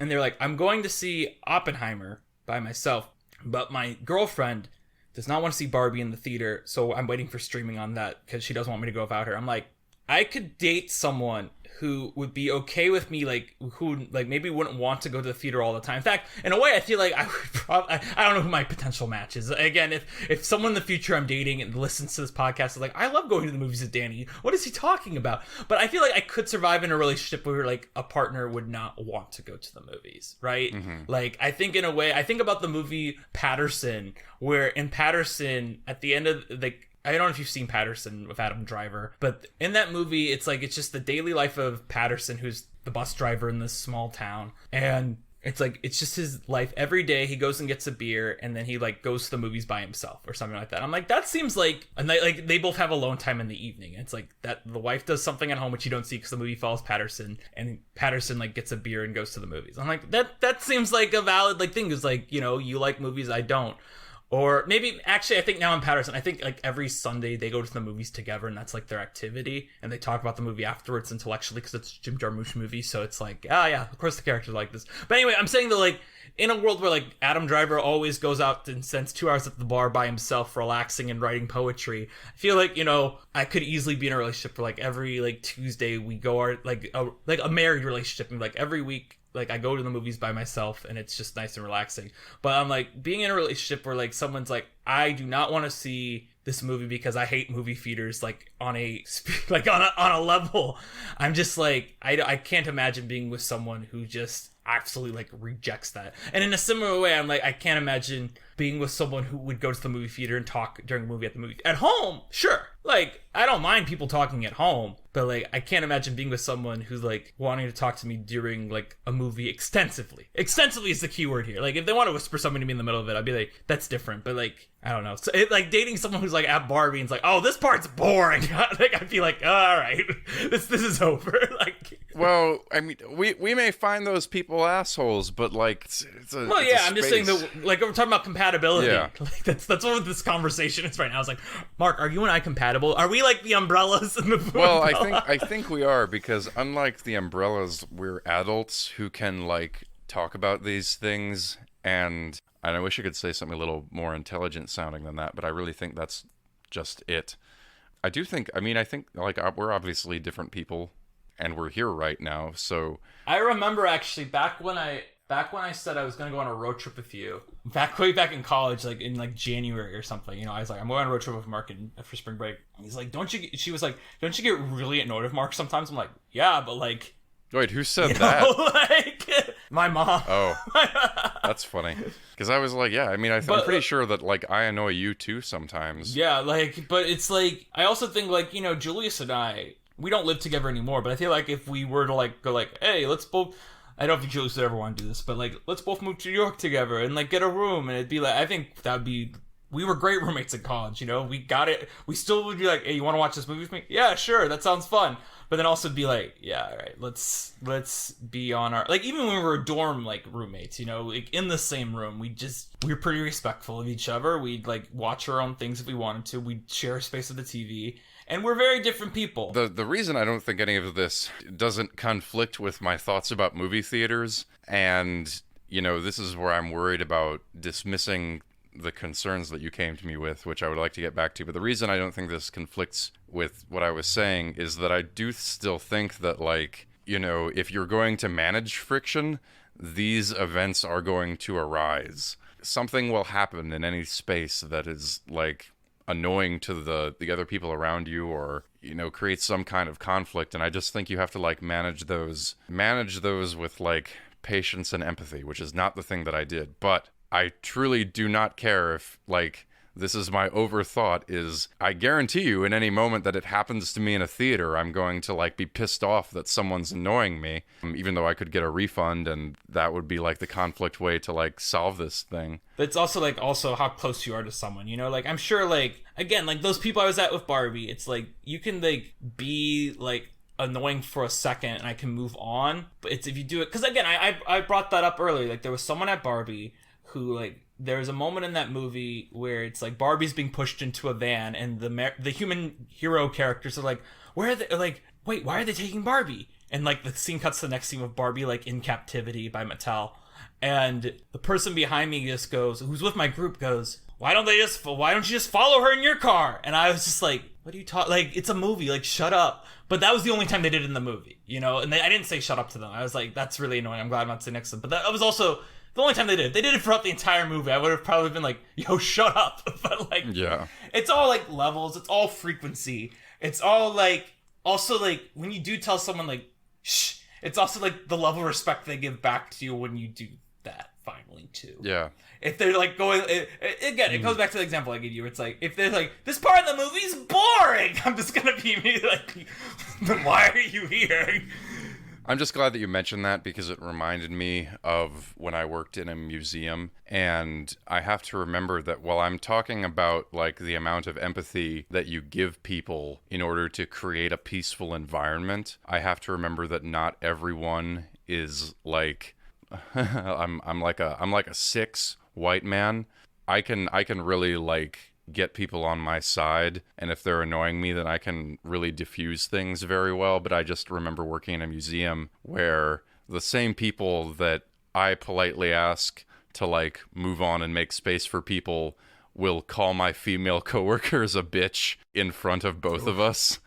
I should remember in all of this, it is not everyone is, like, able to create peace as easily. Systems are really an underrated part of this whole thing. Maybe not so much now. People are understanding, like, how important systems are, but it's important when management is on your side, and it's important when you can, like, get a refund for, like, tomorrow's Barbie screening, or, you know, whenever. You have to be, like, in a conducive environment as well, which is kind of where I get where some people are coming from. But then I also think that, like, we as artists have a responsibility to create not just, like, physically accessible spaces, but, you know, spaces where people have options, or that kind of, that's kind of another discussion. Yeah, I feel like in a way the thing you're bringing up could just entirely relate back to our tipping conversation in the Brave episode. Did we have it? I think people should tip. What do you mean tipping conversation? Oh my gosh! All right, so listeners to this, I just realized our tipping conversation was in the Snub Club episode. It's dropping in our 5 Easy Pizzas episode, so be sure to listen to that. Oh my god! Oh, I was just thinking, I had a tipping conversation with Sarah recently. It must have been in the Brave episode. So if Caleb and Sarah are listening to this, there's probably a way we can relate that back to that conversation. What a terrifying teaser. I mean, spoiler alert, me, Caleb and Sarah all pretty much agree on tipping of things. Oh, well, why did you bring it up then? I think everyone who knows because thinks the system you is should broken. to tip. It's one of those things you were bringing up, like, these are systems in place. But I also think, I do think there are AMC. You're like, this would be an easy answer. I think there are AMCs though. If you go to people an hour and 10 minutes into the Barbie movie, being like, "Can I have a refund?" People are being loud. They're not going to give you one because it's like you watched most of the movie. I think there are places like that are going to have that response for you. It's like, well, you didn't have this issue earlier in the movie. It's different when you walk out 5 minutes in the theater camp asking for a refund, and if I walked in like an hour into it being like, all right, these people have been loud the whole movie, can I have a refund? Like, I don't think they'd give me one. There's a difference. They're going to push back at a certain point. It's like when I go to the Dolby, I think I mentioned this on the podcast before, right? Where I went Karen at the Dolby, and it's like every time I've done that after the movie, they go like, "Oh, all right, sorry." The only time they gave me a refund actually was at Knock at the Cabin, was when I went after, and I was like, it was the first time for one thing, but it was also like the sound kept cutting out, and they didn't cut out during the trailers. It only cut out during the movie, and I was with a friend who, because I was with Julius, and we were at my local Dolby. So it's like my friend came from downtown, and this was their first time. Well, second time at the Silver. I said first time because who cares? You can be dramatic a little bit in these email complaints, and it's like, I didn't want to complain, and we thought afterwards we could just go and tell them, and they kind of shrugged it off because they did shrug it off. They're like, okay. They were literally like, "There's an issue with the sound of the Knock at the Cabin," and they're like, "All right, we'll look into it." I was like, okay, thanks. Like, they literally left it at that and just kept staring at us. So that's when I went to complain online. Also, because the thing was, Julius bought $20 ticket for the Dolby, and it, the sound kept cutting off during like moments of that movie. It's like, what gives? Yeah. I look at that where it's like, I've only had like bad experiences like in-person guest Dolby stuff. Whereas if you go online, it's like they might give you a refund. And again, it's because I keep complaining after the movie. It's like, you watched the movie, it was fine, clearly. But anyway, I think we've reached a conclusion to this tangent, didn't you? I think we've kind of made our points. I want to ask how you're feeling, because I actually did come in with something related to the Blue Umbrella. No, we can talk about we bring it up. We can talk. Well, about and hopefully this isn't more. I'll probably just be like, they have faces. Well, hopefully this isn't just about the Blue Umbrella, but it's also something that we can both talk about. I was watching the Blue Umbrella, and then I watched Paperman because I was like, wait a second, isn't this just Paperman? And then just these two stories got me thinking about how often in my like college writing and, producing art experiences, I've kind of made things related to this meet cute experience. Especially, not so much in the things that I've made because I have no money. I feel like you're gonna bring up something that we should keep buried, but go on. Oh, maybe. I'm joking, keep buried, but go on. If it's something we can keep buried, then we'll just cut it. But no. I'm kind of joking with that. We should keep this buried just because it's like I don't want people looking. So, but it's also they can look it up. But go on. Well. Is it Benning Oh Claire? no! Are you bleeding to Benning Claire? Are you bleeding to Benning Claire? We'll lose our audience. That's why I thought you were like, I've been really inspired by this short. No. Only uses music to tell a love story. You have firsthand experience of how often I have returned to a scenario like the one we find in the Blue Umbrella and Paperman, and watching these now today and yesterday to prepare for this episode, I find the whole concept kind of uncomfortable. Maybe you wanted to get into this conversation about like short films I've made, and I don't, but I was just thinking about like, you have this idea of a meet cute, and I'm like, those are like the worst relationships I've ever personally experienced or like secondhand experienced. And I also think that there's just one more thing about the chorus in this movie, and like in Lady and the Tramp, it's something that it's something that I love, is the idea of secondary characters really rooting for two people to get together in a romantic way. And I can think of a lot of good examples of this that like don't bother me as much. There's like, this is what A Night at the Opera is about, and I think that actually does it pretty well. That's a Marx Brothers movie. I don't know if anyone's... Ninotchka is probably... also has it. Yeah. We're both, we'll appeal to the two portions of our audience which have either seen Night at the Opera or Ninotchka. I mean, I'm trying to think of some recent rom-com that's like that, too.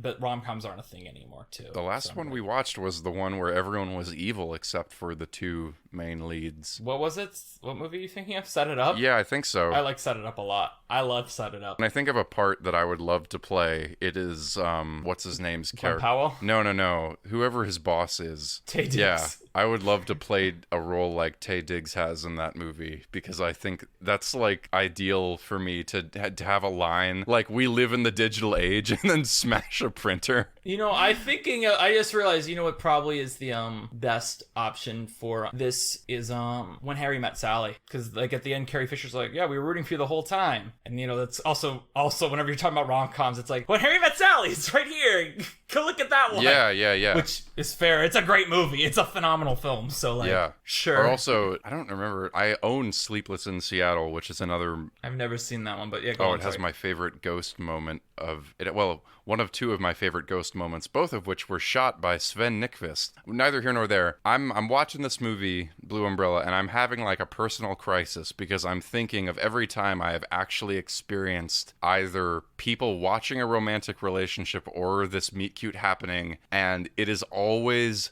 terrible.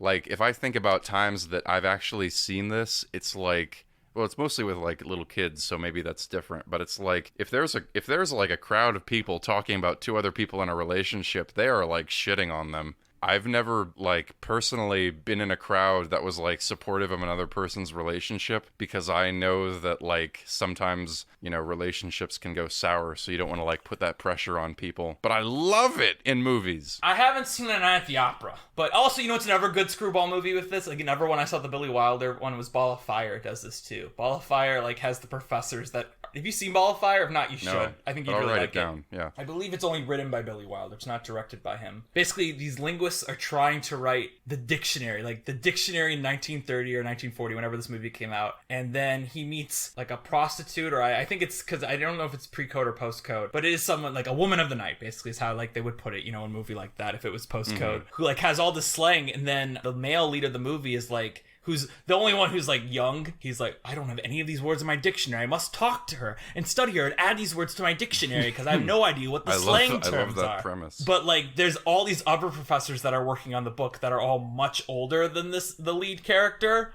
And they're constantly like, oh my gosh, these two should get together. Like, they'd be so cute together. And I think that's the key too. If even when Harry Met Sally, it's like, I think it's like a 12-year relationship they have, like, as friends. It's a long time they're together. And then only at the end, when like those two are like, when Carrie Fisher and the dude, I should look up who the dude is in that movie, because not Billy Crystal, the secondary guy, Bruno Kirby. It's only like at the final like 30 minutes of that movie where you see them together talking like, oh my gosh, can they just get together? And they're not even like, it's like that. They're like, can they just stop this? Will they or won't they? Like, just do it, that's really more the vibe there. Even there though, it's like those characters are like 36 or 37 years old. They're like old, like they're at the age where it's like they want to settle down. We are still at the age where it's like, it's still, you might want to settle down. You might want to still like have fun a bit. Like, it's not like people are ever rooting for people to get together. Mm-hmm. I think about, in my own personal experience, and I don't want to, again, I'm not going to use names on mic. When I was in high school,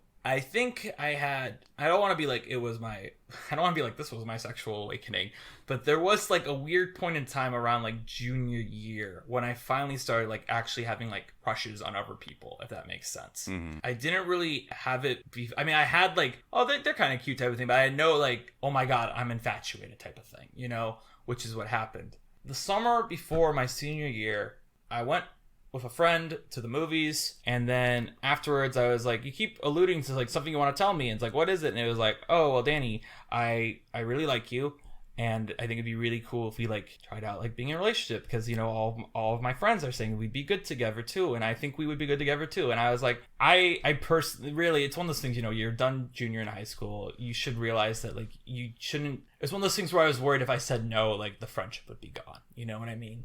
When it's just that one of those like insecurities you have in high school. And it was something where that summer we referred to it because this person was more into the Big Bang Theory than was, and the Big Bang Theory like had this thing where it's like we're gonna beta test this relationship before we make it like an official relationship. So that's what like we referred to it as. But to me, it was just more like, all right, we're just gonna hang out more than we normally do.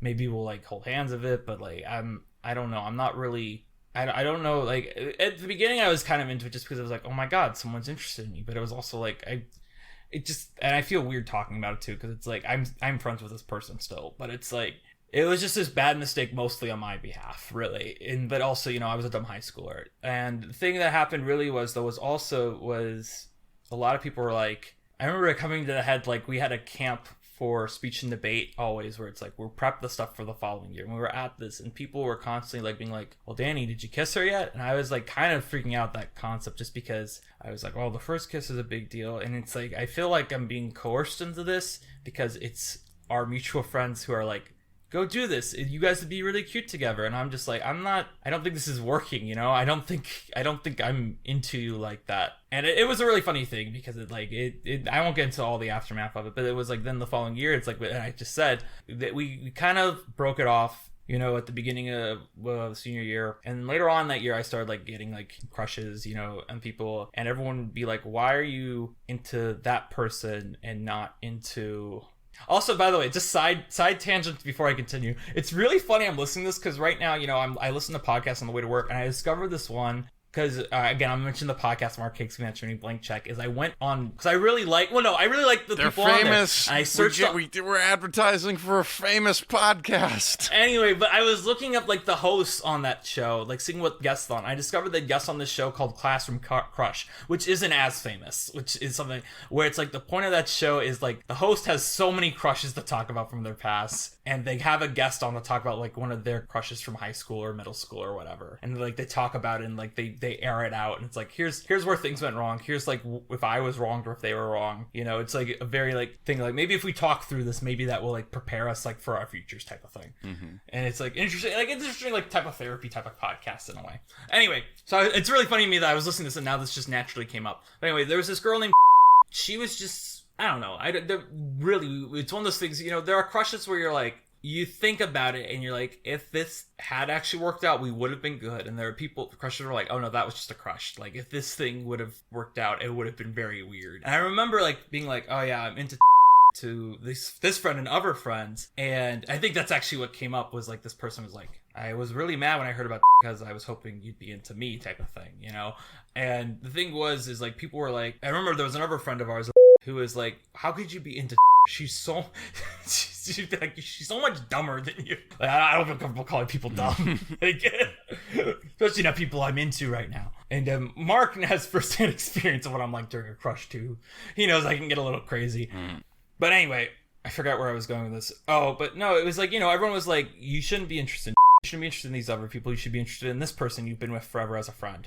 And in my experience, that doesn't really work because you can't force someone to be into somebody. And I think it's interesting because to me, it's like, you're like, I bring this all up because you mentioned that thing where it's like, people usually are like shit talking them as a couple. I'm like, in my experience, no, people do play matchmaker and people do meddle into people's lives. But in my experience, it's like, you can't force someone to be into someone in that way. I don't know. My point is, my experience with like people like rooting for each other doesn't really work. And I feel like also when you brought up this tangent, I feel like there was something else you were building to where I was like, oh, that reminds me of something. But then you brought up the other thing about people rooting for each other. What else were you saying about the umbrellas? Can you like cue me back into that in a way? Because you said something else about the umbrellas before you brought up that. Yeah, I'm just really intrigued by, you know, the idea of a meet cute. I think my interest in a meet cute is what a crush is to you. It's this like harmful fascination that I have. And I mean, I'm in a fantastic relationship right now. This isn't something that is like plaguing me, but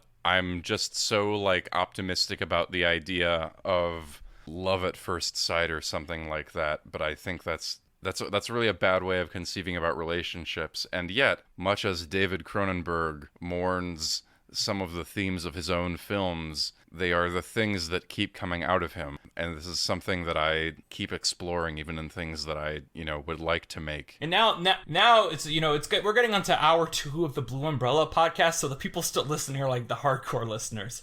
Well, I don't know if it's it's kind of a different podcast now. We haven't done a therapy session in a while. Yeah, that's what I was really when you started complaining about Barbie, I was like, oh shit, I was actually saying that recently when I was talking to that person. I texted Mark about this, and this person I'm talking about is gonna know they're listening because they're now a regular listener. It's like I caught up finally on all the episodes. My favorite episodes are this one, and then I brought up the Sesame Street episode where it's like it was really moving hearing you talk about Arthur the way you did, and I was like, I need to be more emotionally open on the podcast because I do think those earlier episodes where I was very emotionally open are better because that is what the thesis of the podcast was. Like, it wasn't like this is a friend of the show, Caleb. I'm going to now advertise a podcast that is not famous.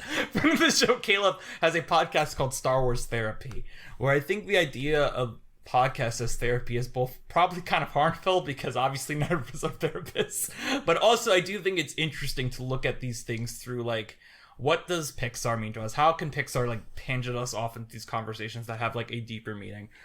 But looking at myself, like, I don't want to be like, it's never love at first sight. It's infatuation at first sight, right? Mm-hmm. Or it's not even, to me, it's never at first sight too. You never see someone you're instantly like, oh man, it's the first conversation you have, right? It's never like first sight.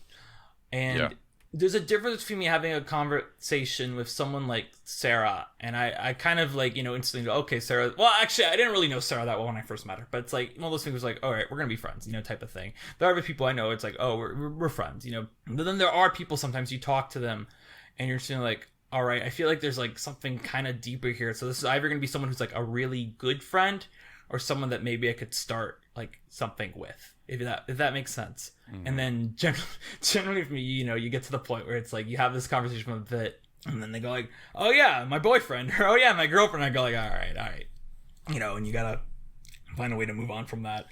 But I don't believe that there are meet cutes or even love at first sight, because the thing about love, and I say this as someone who's never really experienced romantic love, I feel like, and I know that sounds very incel-y when you put it like that, but I also think it's true, is love goes both ways.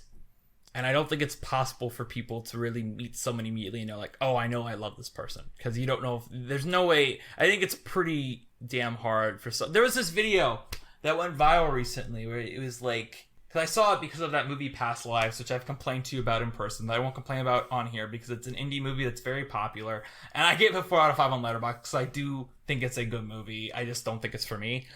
But there was this video that went viral where it's like someone was just going around New York interviewing couples. So it's like, how'd you guys meet? And it's like, we met at a party and I asked if I could move in a week later, and we just instantly gelled and we love each other a lot. And it's like, okay, I guess maybe there are like meet cutes like that in the world that are real, but I also think that they're exceedingly rare. And I get that's why, like, people go like, maybe in past lives we met each other. And I say that not to quote the movie Past, that's something, like people say in general, right? Mm-hmm. And I struggle with the idea of a meet cute in general, because it's like, I think, well, first off, I don't meet people. Mm-hmm. I don't know. It's one of those things where you're like, Danny, what do you think about love? And it's like, oh, I don't know. It's never... I think you brought up something very true, which is there is no such thing as a meet cute, because it takes a little bit to find out that the person's not a freak. Yeah, exactly. That's where... Yeah. Well, and I think it's funny that I think that this is actually another reason why Paperman is such a great short, because it's actually a short leading up to the point where they like meet and have a conversation, and most of the short is about jokes related to the other office workers in that guy's building while he's throwing paper planes. It's mostly jokes about paper planes not going where he wants them to. And then the end credits are full of shots of them like talking in a cafe. But there's no like commitment to them like having... They seem to be doing pretty well at the end, but there's no commitment during that whole short to them actually having a good relationship together, unlike in the Blue Umbrella, where they're like nuzzling each other at the end of the short, and it's like, wow, they connect immediately. That's ridiculous. And again, they're connecting outside of a cafe and using their umbrellas in the rain while they eat. I guess that's why I wanted to bring it up, just because I wanted to like work that out vocally. I don't know. I just wanted to arrive at the thing that you said, which is like, why does this sit so weird with me? But there are obviously all these movies about this very thing happening. And I think in every example that we've listed as like a positive example of a romance film, it acknowledges this on some level. Well, I was going to say, I actually think, and this whole thing comes back to probably a way bigger discussion than we want to get into now, is like, I think often about, you know, how you grow up, you watch movies like, you know, Disney movies, obviously. You watch like When Harry Met Sally, you watch like You Got Mail, you watch Groundhog Day.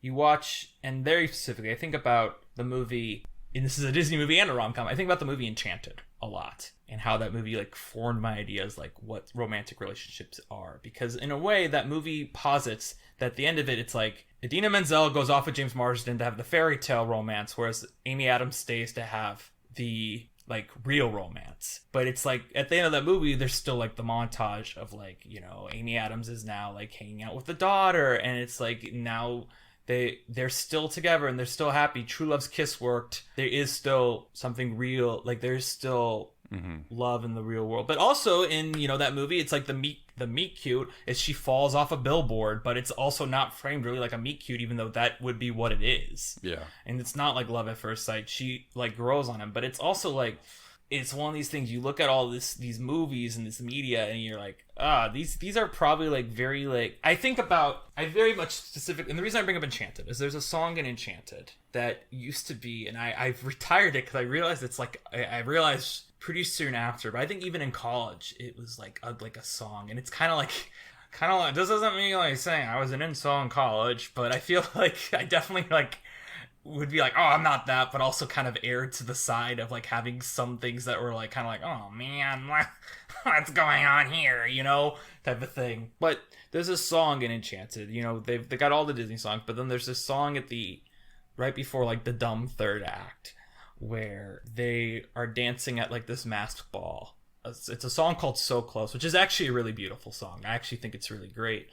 But the basic lyrics of the song are like, so close to touch you, so close to meet you, but so close but so far. And it's like, it's a wonderful song, but it's like a really terrible song to utilize as like, oh man, I'm so sad because I'm really crushing on this person right now, but yet I'm still so far away from them, which is, you know, not the context used in that movie, but it's a very easy way to internalize those messages of like stuff like Enchanted, like stuff like I'm trying to think of other rom-coms that I grew up with, like Groundhog Day, like, oh, you know, the golden one. The big bad rom-com of our generation, I would say, isn't even a rom-com, but it's a movie that people have constantly internalized the bad messages from, and it's a movie I should revisit to remove the fire, because I am a very firm believer of don't adjust your grades on Letterboxd till you rewatch the movie. I have this at 5 out of 5 on Letterboxd. I think about two movies that really like, actually I'm going to say two now. I'm going to say 500 Days of Summer, that's what I was first leading to, and then I also look at Silver Linings Playbook as two movies that like really are like, look at how much love can fix everything, you know, in your life. And look at how much it's just like, you just need to find the right person to fix all of your issues.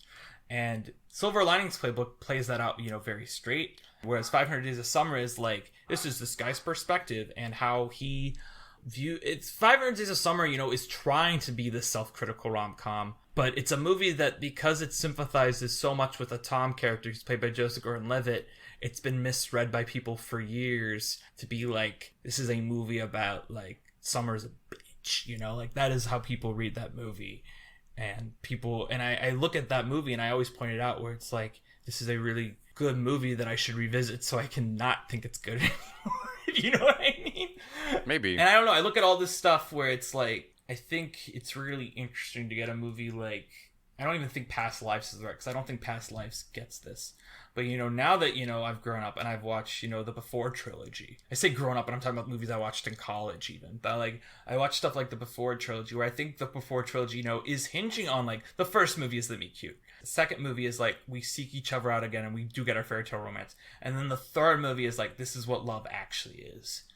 And I think that is really interesting to me. A movie like Before Midnight. And I wish there were more movies like Before Midnight that were like mainstream, but also, you know, we live in a world where like we don't have rom-coms anymore to grow up on. I actually think recently I saw the movie No Hard Feelings, and I think that did really capture for me in a lot of ways, even though I always empathize more with like the Jennifer Lawrence character and that than the dude in it, where it's like, here is a relationship, you know, that's doomed to fail because that's what the movie's about, but spoiler alert, at the end they are still friends. There's a lot to do with like the media you consume when you're growing up and the expectations that come. It's kind of funny because, you know, one of the most famous scenes of 500 Days of Summer is the expectations versus reality scene.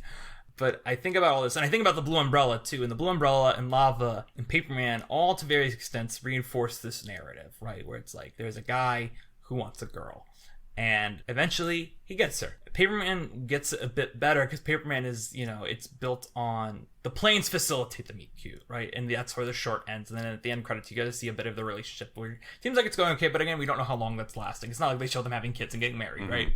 It's not like that. But I immediately went to also Greta Gerwig's Little Women and how that movie does the romance stuff with everyone. And then I've never read Little Women. I've never seen ever version of Little Women. But I always think, just out of context, how smartly it does the stuff with Joe at the end.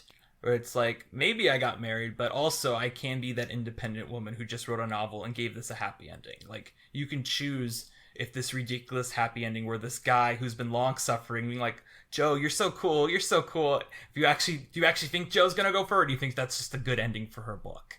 And I think that's such an interesting way to contextualize, like, because probably Little Women, you know, is, as someone who, you know, I haven't read Little Women, but I can assume that Little Women is like one of these textbook codifiers of like, it's a drama, it's a romance, it's a comedy, it has comedic elements at points, and then the movie says, yes, of course all these other people got married, but did Joe get married? Well, in the book, she marries this other guy who she met, who has always liked her, and she's kind of been like, okay, whatever, but then the movie contextualizes it, it's a happy ending, so that's why Joe's writing it in her book. And I think about that a lot, and I think in a way Little Women is kind of the Greta Gerwig Little Women is weirdly the essential text. Now I can't think of another movie that really acknowledges that, like, where it's like, we need to, like, stories should end with like the couples getting together, even ignoring the fact that like these couples, you know, them getting together and getting married is kind of ridiculous if, you know, you spend the entire movie like being like, sure, like when Harry Met Sally. I love When Harry Met Sally. It's a great movie.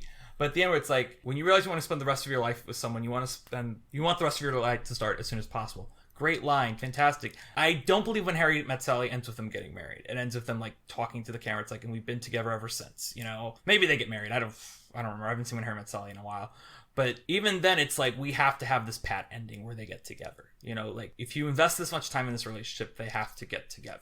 And again, I look at Little Women, it's like that movie acknowledges that, like, it's ridiculous in a way for Meg Ryan to still want to get with Billy Crystal. Because it is always, you know, like, the man's always the jerk ass in the relationship and these things. Or in the case of Little Women, it's like, this man is so underdeveloped compared to Joe. Why would we want Joe with her? I think it's this whole thing where it's like, what is the media that you consume as children and as an adolescent saying about, like, what you think about relationships, what you think, or even like, this just popped in my head, like, you know, watching Disney Channel, you know, where it's like, oh, who is Alex on Wizards of Waverly Place gonna date today? You know, it's like all these shows were like built around like high school romances and stuff, and it's like all these things like work out weirdly in them, and it's, I don't know, I think it's a whole big thing where it's like, someone should probably write a book about this. Maybe I should rewatch every like Disney Channel show and write like a grand opus about like, this is what romance means in the Disney Channel generation. But also, as someone who's not in a relationship, I write this grand novel. Not to bring up another difficult, lasting moment, but maybe your dad was right when he was like, it's because of Wizards of Waverly Place all you kids are getting these ideas about dating. I think it might be. I also think it's something where, in another sense, because this is pre-Wizards of Waverly, I actually think that all starts with High School Musical. That's really where it is, where it's like, I think High School Musical kind of, I know, yes, Hannah Montana and That's So Raven all have like these romance plots, but like I think about like High School Musical is so like, oh, Troy and Gabriella, they gotta get together, and oh, we have to pair away every, like, I'm sure you saw, I don't think Sarah listens to this podcast. Hopefully she doesn't, because I'm about to spoil the new season of High School Musical, the series, the musical, or whatever it's called. But they've already released it like in a trailer where it's like, they finally reveal that Ryan is gay. And it's like, okay, but you know, in High School Musical 3, it's like, oh, look, he's with Kelsey. It's so nice. And it's like, yeah, okay. Like, that's ridiculous. Like, no way. But it's like one of those things where it's like, everyone has to be paired away in the series finale, right? Or like, I think also, you know, this is a cartoon. It's like Danny Phantom. Danny Phantom had to end with Sam and Danny getting together, right? Jimmy Neutron had to end with Jimmy and Cindy getting together. It's like these are children shows about children where it's like, will they or won't they? I think about this was a show I was obsessed with in college, actually, my senior year, and it was the last cartoon I really ever got into was Star versus the Force of Evil. And the show kind of fell apart when so basically, the first season's like a goofy cartoon, and then the second season like builds out the lore, and like the main characters are Star and Marco, and it's like Star and Marco clearly should be together because they're like platonic best friends, but it's obvious the way like shows are written, like they will get together. And around the end of the second season, it's like they realize that they are into each other, but they're too afraid to voice it because they don't want to like damage their friendship. And then the beginning of the next season is like where the show should have ended because it resolves its main plot. That's like, oh shit, we got renewed for 2 more seasons. And basically the show does like a switch in setting where like the first 2 seasons were set on Earth, second 2 seasons are set like in a parallel dimension where Star grew up. So now Marco's like the fish out of water, right? But the issue is when that happened, it was like then the other romance for Star that was viewed as like a toxic ex in the first 2 seasons suddenly becomes like a viable option because they redeemed him. And it just becomes like this romance drama where by the end of the show, both Star and Marco had become really bad people to the relationships they've been in with the other people. I don't know if you realize this or not because you weren't into that show, but when we graduated college, we kept up doing our little muddies a week. Like we would send them to each other. And one time I wrote what was basically like a Star versus the Force of Evil fanfic, but I turned it in. And I actually thought it turned out really good. Because basically Marco got with another character named Kelly. In the show, I'd say they were really good for each other. And I know this is really funny to be like, I'm an adult watching this cartoon for children, and these characters were really good for each other. And it's like they were both moving on from their exes in the show. But then, like 2 episodes later, it turned out they'd broken up off screen. And I was like, oh man, this show does not know what it's doing anymore. Because by the end, Star and Marco get together, but by then you're just so annoyed with them. And you hate them. You hate that they got together. As adults watching this. For kids, you might be like, oh yeah, Star and Marco finally got together.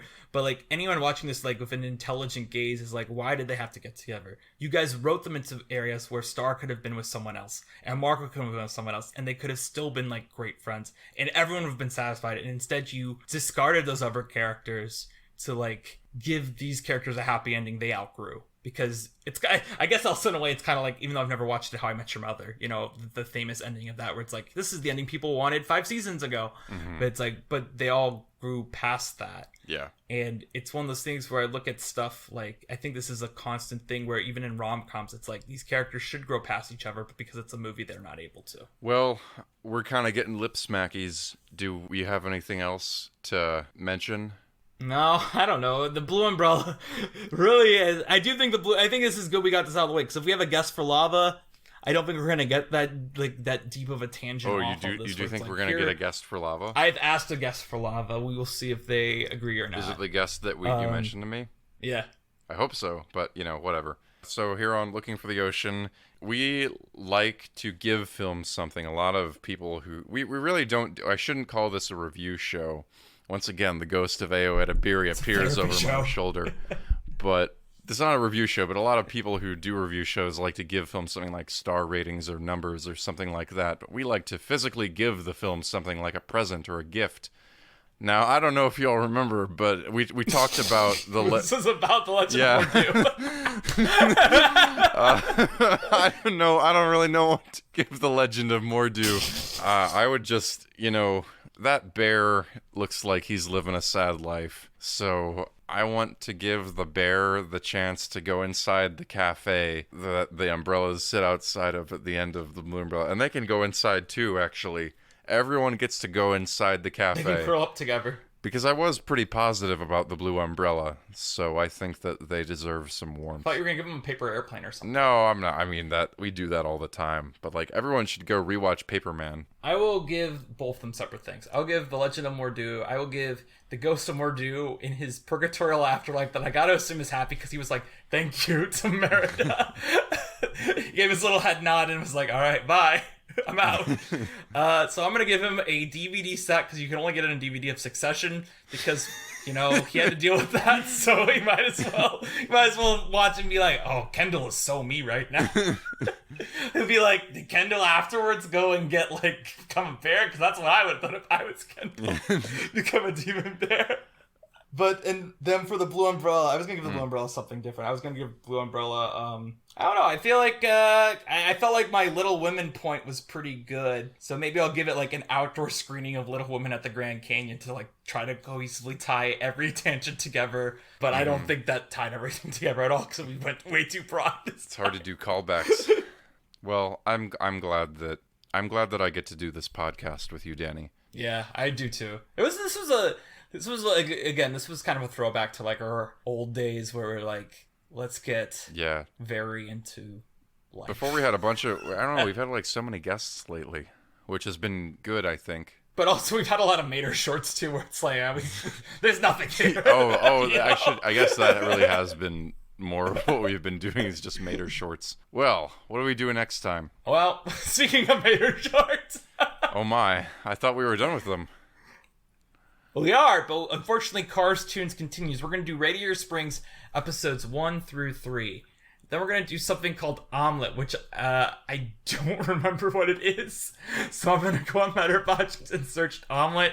Okay. But it's a detour. So I believe it's a shorts director who, yes, it is a shorts director. One of her earlier projects it's Madeline Sharafian's, I believe it might be her student short film, maybe not. But it looks like it is one of her first short films. Who is that? She eventually goes on to direct Burrow, which is Pixar's traditionally animated short film that was supposed to be attached to the Soul in theaters. Then Soul got sent to Disney Plus, and so did Burrow. It was Academy Award nominated, though. So it is considered one of the good ones. Cool. I like Burrow. Burrow's nice. So this is a detour about her student film, which is interesting because, it's a student film from 2013, and then in 2020 she gets to do hers at Pixar. And I believe she might have a feature in development. I'm not entirely sure about that. I'll have that other information next week. All right. We'll talk about 4 short films next time. Good. Looking for the Ocean. It's produced by Mark Young and Danny Vincent. The show is edited by Mark Young. I just saw your little icon enter the Google Doc. Our original artwork was designed by Sarah Knopf. You can follow us on social media at Facebook at Looking for the Ocean, Instagram at Looking for the Ocean Pod, and Twitter at Pixar Journey, and on our website, lookingfortheoceanpixar.podbean.com. Which reminds me, everyone should go listen to our Cars 2 episode. I don't know why. It's very weirdly a bomb. Yeah. Like, you're not curious about Cars 2? You can follow me on markyoungperformer.com. It has my socials and also a page where you can see all of the episodes for this podcast and listen. You can find new ones. You can follow me, Danny, at Blankmans on Letterboxd. You can listen to my other podcast, The Snub Club, where we talk about movies that have the most Oscar noms and no one's. And as I mentioned, about probably 90 minutes ago, we also talk about tipping culture in the 5 Easy Pieces episode. Yes. I love 5 Easy Pieces so much. I know I'm always plugging the Snub Club, but 5 Easy Pieces especially, I love that movie. Yeah, but we'll see you next time with Cars, Shorts, and Omelets. Yahoo!